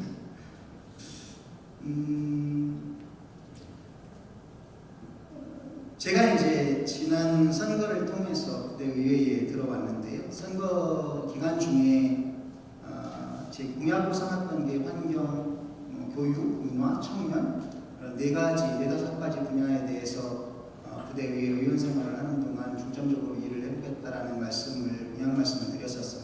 그 중에서도 이제 오늘 토론 주제가 되고 있는 이 환경 분야와 관련돼서 그런 공약을 했었기 때문에 의회에 들어오자마자 이 신재생 에너지 관련된 5분간 이후에 후속 대책으로 서산시 연탄보일러를 떼고 있는 취약계층에 대해서 이 재생에너지 에너지원을 재생에너지로 하는 전기에너지로 바꾸는 지원 조례를 만들었고 또 그 이후에 작년도에 각종 환경 관련 토론회도 이렇게 다녔고 거기에서 느낀 바를 가지고 올해 의회 내에서 의원님들과 뜻을 같이 하는 의원님들과 이제 연구 모임을 결성을 해서 지금 연구 모임을 진행 중에 있는데요. 마침 그러던 나중에 오늘 토론 자리에 오게 됐습니다. 그 과정 속에서 제가 재생에너지 관련돼서 재생에너지 여러 가지가 있는데 우리 이상식 박사님께서 말씀을 해주셨지만 그 중에서 제가 우리 시에서 유의 깊게 살펴봐야 되는 것에 대한 착안하는 부분이 산업단지 내에 태양광 설치 부분이었습니다. 환경에 대해서 다양한 생각을 갖고 있다가도 또 잊어먹다가도 우리 이상식 박사님이나 이런 환경 관련된 토론회에 가보면 다시 한번 이 마음을 다잡게 되는데요. 아까 우리 이상식 박사님께서 인간의 몸과 지구를 추수하는 인간의 몸과 비슷하다고 했는데 연애를 같이 하면서 조금은 더 심각하게 받아들이는 이유가 우리는 아프면 36.5도에서 37.5도씩 38도씩 체온이 올라가면 금방 병원 가서 해열제 먹고 진단받고 치료를 할 수가 있잖아요. 근데 이제 지구의 온도가 1도씨나 1.5도씩 상승한다는 것은 좀 다른 차원의 문제거든요. 이 점점 꾸준히 상승이 돼가고 있고 우리가 그걸 느끼지 못하는 한도 내에서 1.5도씩, 2도씩 상승했을 때 어떤 결과가 초래하는지 이 국가적 재앙의 지구적 재앙에 대해서는 우리가 인식하지 못하고 있는 경우고 그 부분에서 제가 가끔 말씀드리는 건데 작년에 축산행정의 문제점을 지적하면서 개구리 중탕 실험 이야기를 합니다. 개구리를 중탕 물에 물속에 넣고 등탕화시켜서 계속 가열을 하면 온도가 상승하는지 모르고 계속 놀아요. 근데 어느 순간 돼버리면 자기가 몸의 변화를 느끼지 못하고 그냥 죽어버리거든요. 지금 그런 상태가 되고 있다는 생각은 아주 심각한 상황이라고 보고 있고요. 그래서 이 국가적으로 이 문제를 해결을 해야 되는데 국가를 떠나서 그 다음에 서산시를 떠나서 우리 시민들에게는 어떤 것을 해야 되는 것이냐라는 문제점에서 바라봤을 때 의원으로서는 우리 서산시의 행정이 이렇게 나갔으면 좋겠다라는 것에 참여를 하게 되고 그렇다면 우리 시의 총 15개의 산업단지가 운영단지가 있는데 그걸 한 670만 평 정도의 산업단지가 있습니다. 거기에 우리 이 건축물의 옥상이나 유휴부지, 주차장 이 산업단지 내에 있는 곳에 태양광을 설치하게 되면 우리가 가지고 있는 이 재생에너지와 관련된 문제들을 우리 서산시 자체만큼 어느 정도 해결할 수 있지 않느냐라는 희망적인 생각을 하게 됐고 태양광에 대해서 우리가 문제를 이야기를 할 때 흔히 인식이 조금 불편한 게 있습니다. 왜냐하면 여태까지는 태양광에 대한 인식이 산림이나 농지에 있는 것이고 산림이나 농지 그 중에서도 가격이 싼 산림에 있는 경우가 많은데 그 이야기는 무슨 이야기냐면 산림을 훼손하고 환경을 파괴하면서 재생에너지를 말한다는 것에 불편한 인식이 있어서 여태까지는 태양광에 대한 이야기를 하면 거부감이 들었던 게 사실인 거죠. 근데 이 문제를 한 번에 해결할 수 있었던 것이 산업단지 태양광 문제다. 그러면 우리가 좀 전에 우리 과장님께서도 말씀을 해주셨지만 R200이라는 것은 현대 기업이 2050년까지 자사의 에너지원을 자기 스스로 만들어내는 제품으로 생산을 해야 되는 거거든요. 이게 R200 이제 국제 캠페인 중에 하나인데 이 R200을 서산시 산업단지에 있는 기업들에게 산업단지 태양광과 관련된 서산시의 적극적인 행정들이 주문이 되고 조례가 만들어지고 과연 이 R200의 동참했을 경우에 우리 시에서는 기업이 어떤 혜택과 이익을 줄 것인가 또 기업은 기업 나름대로의 어떻게 하면 우리가 R200에 동참을 할 수 있을 것이고 어떤 혜택을 받을 것인가에 대한 문제들을 하나하나 해결해 준다면 우리 시가 할 수 있는 이 기후위기, 재생에너지, 탄소중립과 관련된 실천을 위한 부분들을 해결할 수 있을 것이다. 그렇게 되면 시민들한테 그런 모습들이 그런 부분들이 행정으로 다가가게 되면 시민들 개개인한테 텀블러 들고 오세요 줄 테니까 이런 행정도 중요하지만 서산시가 할 수 있는 그런 부분들을 펼쳐줬을 때 시민들한테도 시민 개개인이 할 수 있는 탄소중립과 관련된 실천 행동들이 설득력이 있을 것이다. 그래서 좀 전에 정리해서 말씀드리면 그러한 태양광과 관련된 부분들에 대한 거부감을 한 번에 해결할 수 있는 것이 산업단지 태양광이라고 보고 있고요. 산업단지 태양광과 관련된 부분들을 해결할 수 있는 것은 이제 제도적 개선, 규제 개선, 인식 개선 이런 것들이 있을 텐데 좀 아까 말씀드린 산림 환경을 파괴하면서 재생에너지를 넣는 것, 태양광을 넣는 것에 대한 인식 개선의 문제가 해결이 될 것이고 그 다음에 제도 개선이나 규제 개선 같은 경우는 서산시의 우리 조례가 전국 유일하지 않지만 몇 안 되는 서산시 도시계획 조례에 대관하는 허가 기준과 관련된 이격거리 제한이 아직도 우리 시의 조례에 남아 있습니다. 그래서 이러한 부분들부터 물론 제가 지금 하고 있는 연구 모임에서도 의원의 연구 모임에서도 이 부분들을 중점적으로 다뤄서 연구 모임을 진행할 예정인데요. 그러한 부분들 가장 중요한 인식 개선의 문제, 서산시에서는 규제 개선, 제도 개선의 문제를 해결한다라고 한다면 그런 걸림돌 부분만 제거한다라고 한다면 우리 국가적인 전 세계적인 탄소중립과 기후에너지와 관련된 재생에너지 확대방안과 관련된 것들이 우리 서산시에서부터 펼쳐나가는 시발점이 되지 않을까 이런 생각을 하게 됐고 그 관련된 토론을 마련하겠습니다.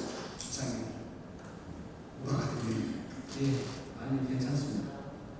은숙이 토론자 은숙이 의원님 수고하셨습니다. 이상신 박사님께 한번 견해를 듣고 싶어서 지정한 그 이산화탄소 배출 허용량은 보통 이제 1.5라고 하잖아요. 과학자들이 이제 계산한 그 우리가 얼마만큼의 온실가스를 배출할 수 있는가라는 이 양을 초과하면은 기후 위기는 심각해질 수밖에 없다. 그게 1.5 이렇게 계산했잖아요. 그렇다면은 일부에서는 그 원자력 에너지도 청정 에너지라고 이렇게 요즘 주장하는 분들이 있더라고요. 아니면 SMR, 그 소형 모듈 원자로인데 아직 연구 개발 중으로 이제 상품화가 만들어진 이런 에너지는 아니죠 지금.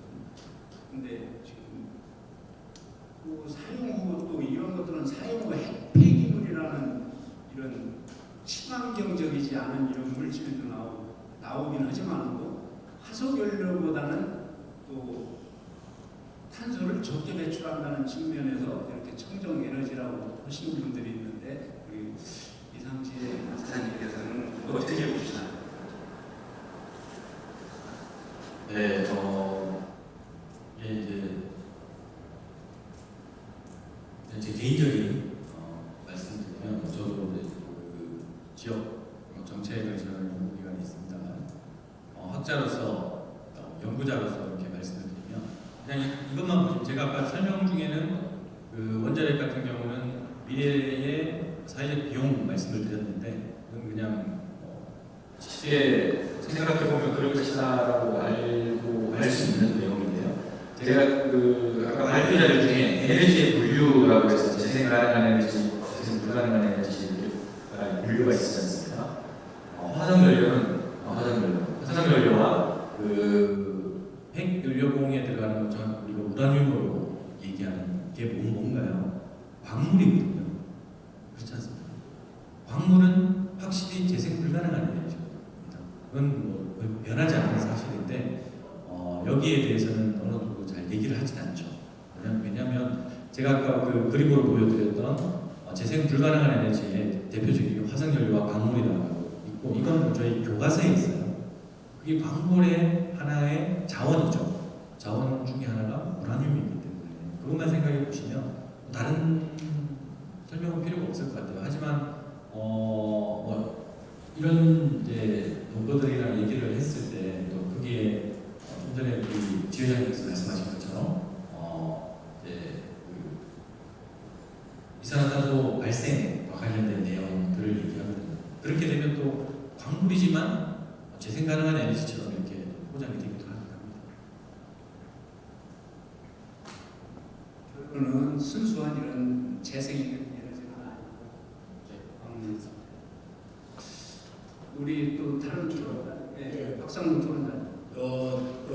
제가 좀 이제 우리 기후 변화에 따른 지구의 여러 가지 지금 대재앙의 현상, 또 누구나 우리가 피부적으로 느끼는 여러 가지 일상의 그 변화를 기후라든지 우리가 지금 홍수, 산불, 지금 지구 곳곳에 대재앙이 일어나는데 지금 이거는 어느 나라 한 국가만의 문제가 아니라 지구 전체, 요즘 지구 시민이라는 그런 크게 보면 인류를 함께하는 그런 현상인데 그렇게 방향이 가고 있는데 유엔처럼 어떤 그 침략에 대해서 아니면 국방 부분에 대한 어떤 그 제재도 가하고 또 잘못된 그 부분에 대한 어떤 그 파병도 하고 함께 싸우는 이런 것도 있는데 이거 전쟁도 인간끼리 싸우는 하나의 그 갈등인데 이 지구의 기후 변화라든지 대재앙의 이 부분은 정말 그 유엔 이상의 어떤 국가 통제기관이나 어떤 그런 강압적인 어떤 제재라든지 이런 것을 해줘야만이 이것이 좀 실마리가 풀어나가겠다. 기초단체 어느 한 국가 어느 일부분에서 이걸 풀어올 문제는 아니라는 저는 이렇게 보는데 혹시 그쪽에 좀 그래도 우리 연구를 많이 하시는 건데 이상승 박사께서는 그런 국제적인 기구를 통해서 뭔가 전 인류 지구가 함께 가져야 되는 이런 부분에 대한 생각을 가지고 계시거나 방안을 좀 생각하셨다가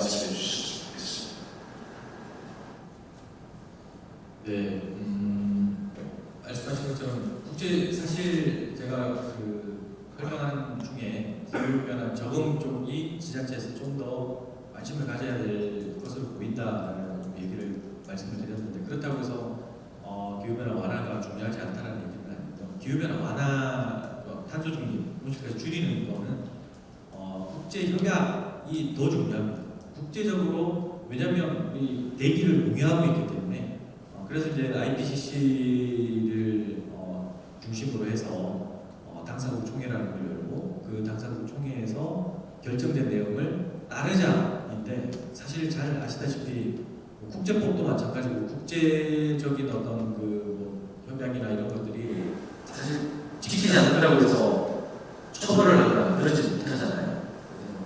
현재도 그런 기구들이 충분히 존재하고 있고 활동을 하고 있긴 하는데 당연히 각 국가의 어떤 윤리에 따라서 탈퇴하기도 하고 그런 상황입니다. 그래서 제가 쭉 말씀드렸던 것처럼 그 IPCC를 비롯해서 이 국제기구, 유엔 산하 기구들이죠. 기구들에서 해야 될 일들이 과학적 근거 이런 것도 중요하지만 이게 얼마나 위험한지에 대한 걸 인지시킬 수 있는 활동들이 좀 필요할 것 같다라고 생각이 들고요. 그 한계가 코로나19를 보시면 됩니다. 그 직접적인 우리의 생명의 위협이라고 느끼니까 대부분의 국가들이 철저하게 사실 협약을 하지도 않았는데도 아니면 어떤 기준이 없는데도 각 국가들이 그런 기준들을 가지고 움직이잖아요. 그것처럼 과학적 근거나 이런 것들도 중요한데 이걸 얼마만큼 다른 국가 대 국가가 아니라 그 국가에 대해 있는 국민들 개개인이 인식할 수 있는 노력들을 할 수 있느냐를 좀 그런 국제기구에서 좀 포함해서 활동을 좀 더 강화해 줬으면 좋겠다는 것이 개인적인 생각입니다. 답변이 되는지 모르겠습니다. 제가 이제 하나 지금 생각이 난 게 옛날 그 프레오가스라는 게 있었어요.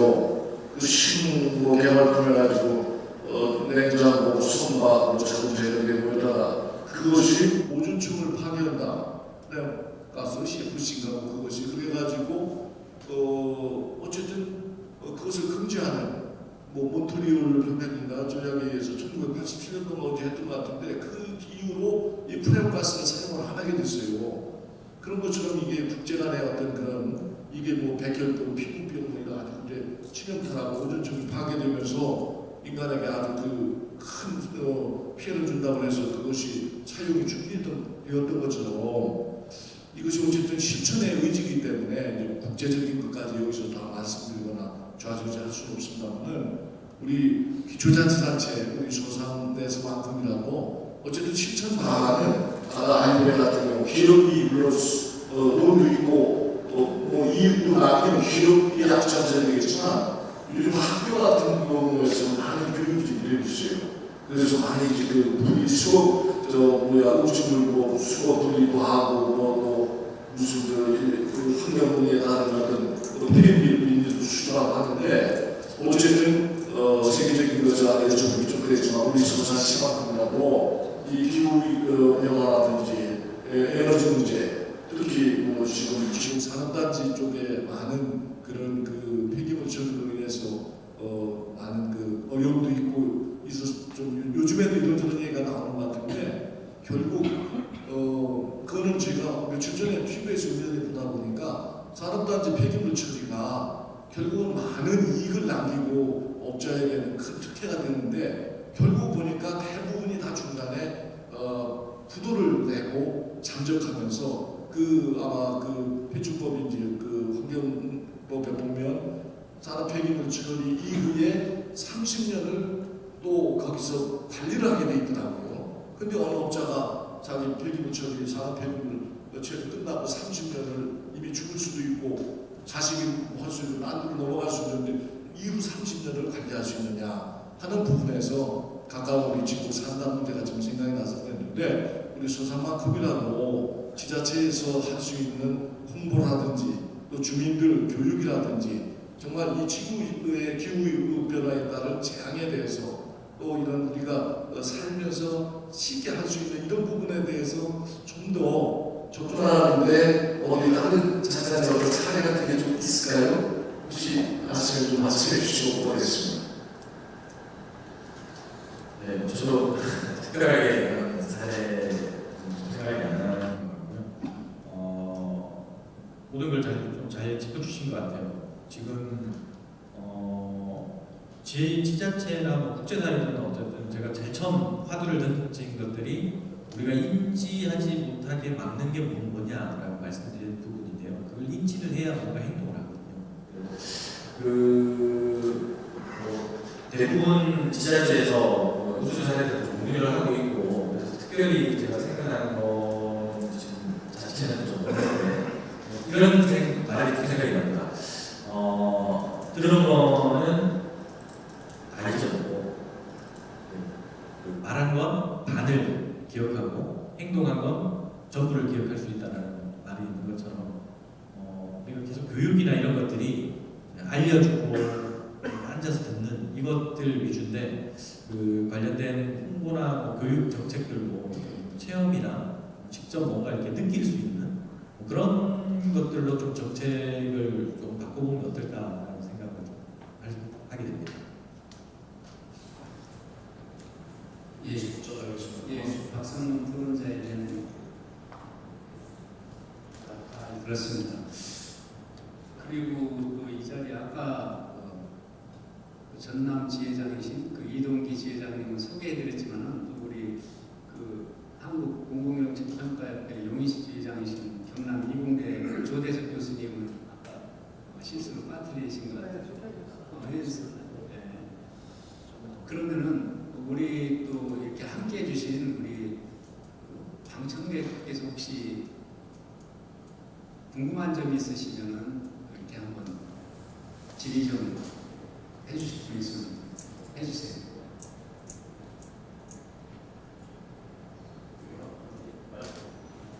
네.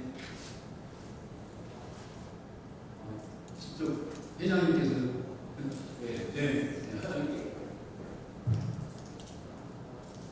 네, 오늘 말 잘 들었고요. 많이 학습했습니다. 이렇게 알아야지 배워서 생각할 수 있고 또 생각해야지만 또 실천할 수 있다는 점에서 그리고 유상신 박사님의 기후위기라는 여러 가지 변화와 또 이 문제 그리고 여러 가지 정책이라는 부분을 잘 했습니다. 앞으로 이런 데에 더욱더 많은 것으로 중요한 고민을 더 다시 이렇게 확산시켜서 다시 공유할 수 있는 위기를 이렇게 중요하고요. 그런데 짧게 말씀드리면 정책이라는 것은 궁극적으로 구체적인 성격이 있지만 동의를 부여할 수 있거든요.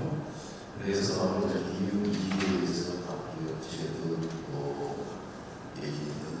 경제적 이익이 될 수 있는 시스템과 규제할 수 있는 부분을 잘 전개해가지고 정책을 마련해야 같고요.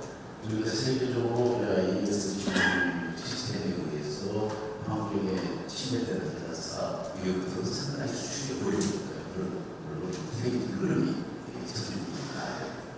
수입을 통제하니까 그렇게 가고 있는데 여러 가지 무슨 말씀드려서 중남하고 서산시사하는 것이 가난한 환경에서 세계적인 역할을 해야 된다는 말씀드렸고 그리고 이것은 멀리도 볼 수 있지만 아무 데서부터 실천하는 것이 중요하고 그리고 저에서 모습이 이거인데 그래서 단지에 대한 대화가 매우 중요한 포인트 같아요. 그래서 하나 점검해서 그런 것을 찾아내고 이제 제도화시키고 그것이 정말 산업단지 그만하고 그것에서 나오는 에너지가 자체적으로 에너지가 살아야 된다고 그렇게 행동을 하는 힘을 이런 뜻이고 이 중앙에는 발전소들이 많은데 그러다가 사실 이제 나오는 수소나 이런 기술들 이 중앙도 자체적으로 기술 개발을 전문적으로 할 수 있는 여기는 세계 역사의 큰 과학 수술의 힘에 의해서 발전하고 있거든요. 그래서 여기 아시는 것 같은 구속에서 신속에 주석에서 정보 이런 것처럼 떠났습니다.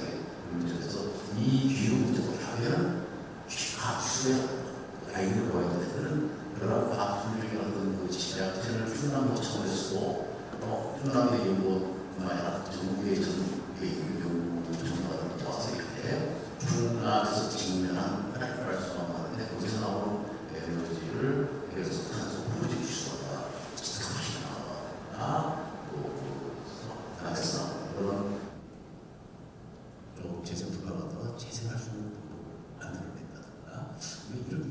기술적인 접근을 더 심도 있게 들고 노력했듯이 원서서 작은 그리고 동시에 이 조례나 법령이나 조례도 더욱더 제어하려고 했지만 제가 지금 생각하지 않을 텐데 이에 대해서 이상진 박사님 어떻게 생각하세요?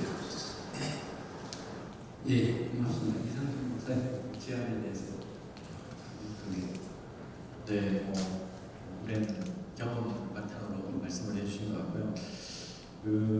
제가 좀 와닿았던 건 사실 기술 쪽 분야를 전공을 안 하시는데도 과학 기술에 대한 말씀을 좀 높이 말씀을 해주셨는데 저도 좀 놓치고 있었던 것 같아요. 우리가 이런 필요한 기술들에 대해서 필요하다 정도지 그런 기술을 만들어야 된다라는 걸 뭐 목적으로 만들어야 된다는 아니지만 뭐 지원을 하거나 뭐 이래 지역에서 국가는 몇 가지 벽들이 있습니다만 지역에서 예를 들어 지역 탄소 중립이나 에너지 전환을 위한 기술 개발과 관련한 지원이라든가 뭐 이런 거와 관련된 조례들을 생각조차 못했었던 것 같습니다. 이렇게 해주신 말씀은 저도 한번 오늘 좀 그래서 충남도 쪽에 노의회나 전달을 해서 한번 시도해보면 다른 타지자체 사례는 있는지 모르겠습니다만 제가 알고 충남에는 그런 사례를 보지 못했었거든요. 그래서 또 말씀해 주신 건 배웠고 그 부분은 저도 한번 시도해보려고 노력하겠다라고 해서 좀 감사하다는 말씀을 드리고요. 우리 지역의 현황들도 좀 많이 잘 말씀을 해주셨고 우리가 해야 될 일들 저도 크게 동의하는 바입니다. 그리고 제가 좀 제대로 이해를 했는지는 모르겠지만 말씀하신 중에 우리 지금 충남도의 어떤 정책의 주의적 지역 시민 접근성이라고 했던 이런 쪽 혹시 말씀하신 걸로 저는 좀 이해를 했는데 그런 부분들도 저도 좀 모르고 있었던 부분이어서 오늘 좀 더 해보도록 하겠습니다. 예, 박병식 회장님의 제안에 대한 말씀 잘 들었습니다. 그럼 간략하게 문수비 토론하는데 질문해 주세요. 취임이 있어요. 이상준 박사님 발제 중에 힐럽이라고 있잖아요. 이게 이제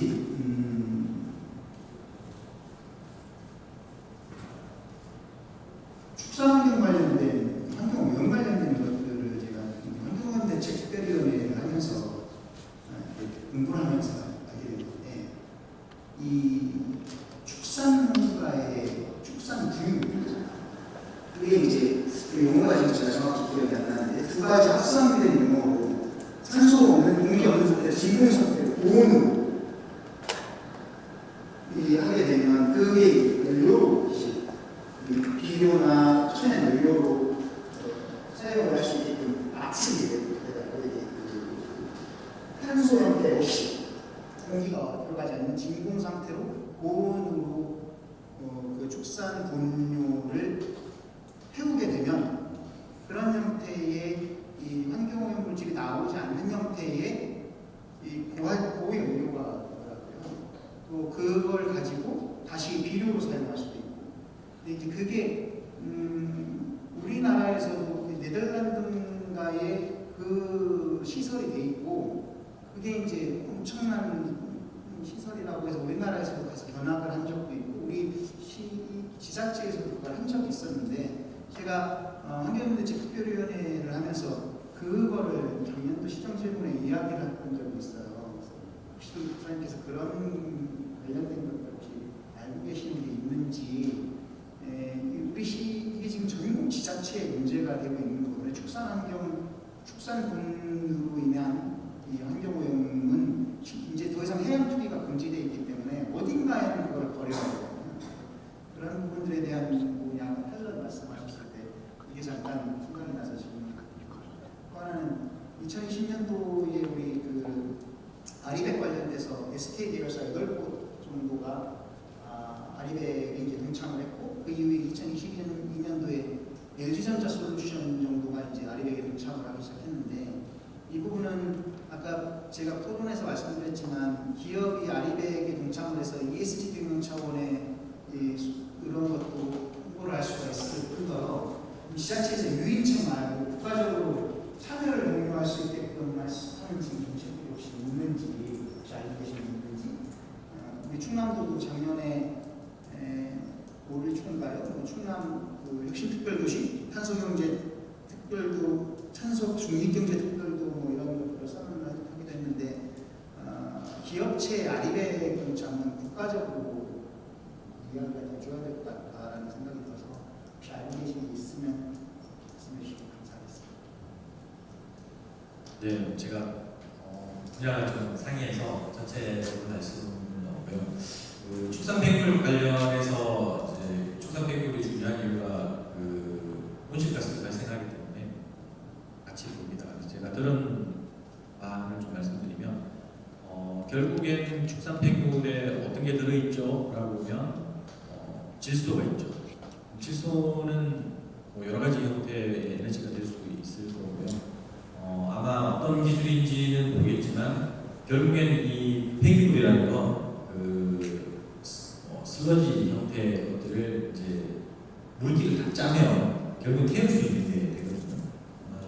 그런 형태가 되지 않을까라고 생각을 하는데 이게 현기성으로 발효하지 않고 현기성으로 한다면 제가 봤을 때는 아마 압축과 비슷한 과정을 거쳐서 하지 않을까라는 생각이 들고 비용이 문제인 것 같아요. 그래서 그 비용을 어떻게 비용 효율적으로 운영을 하느냐인데 저도 이제 조금 관심이 있어서 예전에 본 기억에 의하면 낙농 국가들 같은 경우는 워낙 그게 많기 때문에 중심지에 설비를 하나 세우면 시스템에 따라서 이게 수집이 되고 그걸 사용처를 가까운 곳에 두고 사용할 수 있고 이렇게 하고 있는데 우리나라 같은 경우는 그게 좀 힘들다고 들었어요. 그래서 이걸 어떻게 좀 집약적으로 하거나 아니면 제가 봤을 때는 사실 우리나라 같은 경우는 축산의 문제가 거의 전국에 퍼져 있잖아요. 어떤 집중되어 있지 않기 때문에 그러면 그쪽 분야에 고민하시는 분들 얘기를 들어보면 제일 중요한 건 이 폐기물을 수집을 어떻게 적은 비용으로 효율적으로 하느냐 그걸 해결해야 되고 기술은 웬만한 기술들은 다 있다고 들었습니다. 그래서 혹시나 뭐 관련돼서 토론회나 아니면 접근을 하시려면 그런 원재료가 되는 거죠. 원재료를 수집하고 이걸 어디에 사용할 것인가에 대해서 조금 더 고민을 하면 좀 답이 나오지 않을까라는 생각을 좀 해봤고요. 아리백 같은 경우는 기업이 선언을 한다고 해서 되지 않고 아마도 적은 중소기업들, 작은 기업들은 결국엔 우리 납품업체가 원청업체가 선언을 했기 때문에 따라가는 경우가 많습니다. 그래서 지역의 적은 업체들이 아리백 선언했다라는 건 사실 이게 원청업체의 지원이나 압박이 있었다라고 보시면 될 것 같고 그런 것들을 체계를 만드는 게 필요할 것 같아요. 그래서 원청업체에서 하청업체가 아리백을 하기 위해서 어떤 굳이 국가나 지자체나 이런 곳에서 크게 지원을 하지 않아도 어쩔 수 없이 가야 되는 거기 때문에 그걸 어떻게 비합리적이지 아니라 원청업체 중심이 아니라 상생의 조건으로 이 아리백을 달성할 수 있도록 서로 관계를 맺을 수 있느냐를 국가나 지자체에서 봐줘야 된다는 게 우선 좀 말씀드리고 싶고요. 국가가 참여하는 유인책들은 그런 이유로 사실 생각보다는 제가 봤을 때는 없는 것 같은데 이런 것들이 아리백 산단 지원이라든가 이런 부분이고 그 외에는 크게 기업들의 문제에서 좀 지시되고 있습니다. 그 이유가 조건이 바뀌면서 제가 좀 아리백과 CF에 말씀드렸듯이 아무래도 아리백 쪽에 외면하고 있는 시스템이기 때문에 현재는 정부 차원에서는 그게 지원하거나 유인책들은 더 없어 보인다라고 하고 다시 한 번 더 말씀드리면 국가나 지자체에서는 그런 직접적인 지원보다는 그런 원청업체와 하청업체 간의 불합리하지 않게 이걸 가게끔 규제를 하거나 그런 것들이 좀 정책으로 가야 될 것 같다는 생각을 합니다. 예, 문영식을 충분히 답변드리겠습니다. 저도 예전에 그 축산분뇨 이용해서 그 액비로 TV로 만들어서 그 축산 농가에서는 탄소 배출을 이득을 취한다는 이런 기사도 읽은 적이 있었던 것 같습니다. 네, 그럼 시간 관계상 오늘 토론은 여기서 마치도록 하겠습니다. 이상민 박사님 마지막 발언. 네. 마지막 발언 해주십시오. 제가 뭐 발제 자료에 다 넣지 못해서 간단하게 조금 말씀드리면 저희가 탄소 중립이나 에너지 전환을 할 때 항상 공급 얘기만 합니다. 그래서 공급 시스템을 어떻게 하느냐, 예를 들어서 이걸 재생에너지로 어떻게 바꾸느냐 이런 얘기들만 하고 있거든요. 근데 실제 좀 지자체에서 관심을 가져줘야 되는 게 뭐냐면 그 공급 전환도 필요하지만 소비 전환이 지자체에서도 관심을 갖고 봐줘야 되는 겁니다. 예를 들어서 아까 제가 그 에너지 전환의 요소 중에 전기도 일어나야 된다고 했잖아요. 결국에 전기도 일어나야 되면 아무리 재생에너지를 다 해서 전기를 다 100%로 만들어놔도 결국에 화살을 쓰는 소비자가 있으면 이게 정책이 온전하지 못한다는 거예요. 그래서 뭐 예를 들어서 이런 거죠. 지금은 그 취약계층에 대해서 가스레인지, 예를 들어서 가스레인지 보급 사업이나 이런 게 있다면 조금 더 돈을 들여서 그 인덕션을 지원해 주는 겁니다.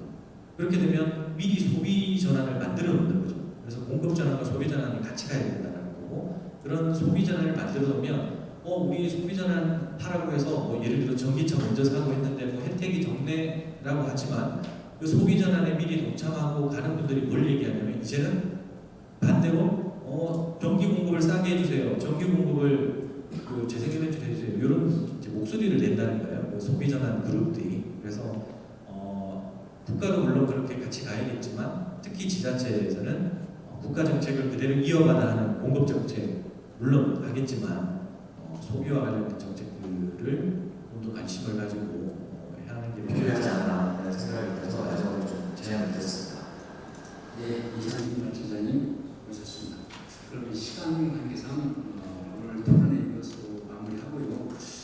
우리가 에너지를 바꾸지 않으면 기후위기에서 벗어날 수 없을 것입니다. 그렇다면 우리는 에너지는 어떻게 바꿔야 하겠습니까?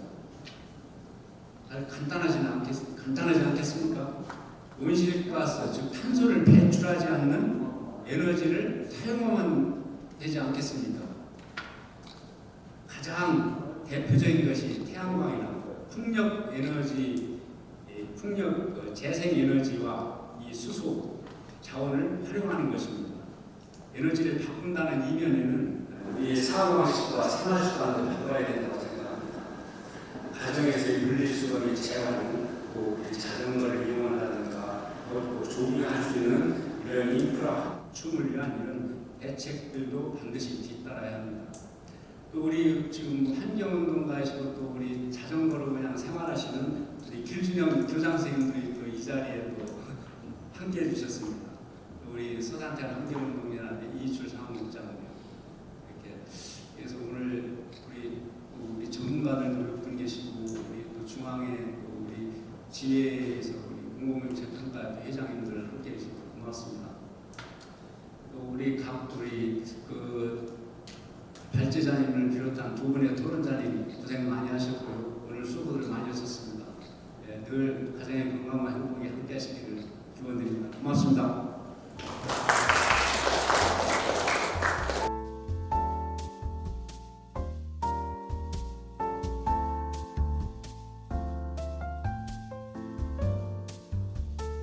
한국공공정책평가협회 화이팅! 화이팅!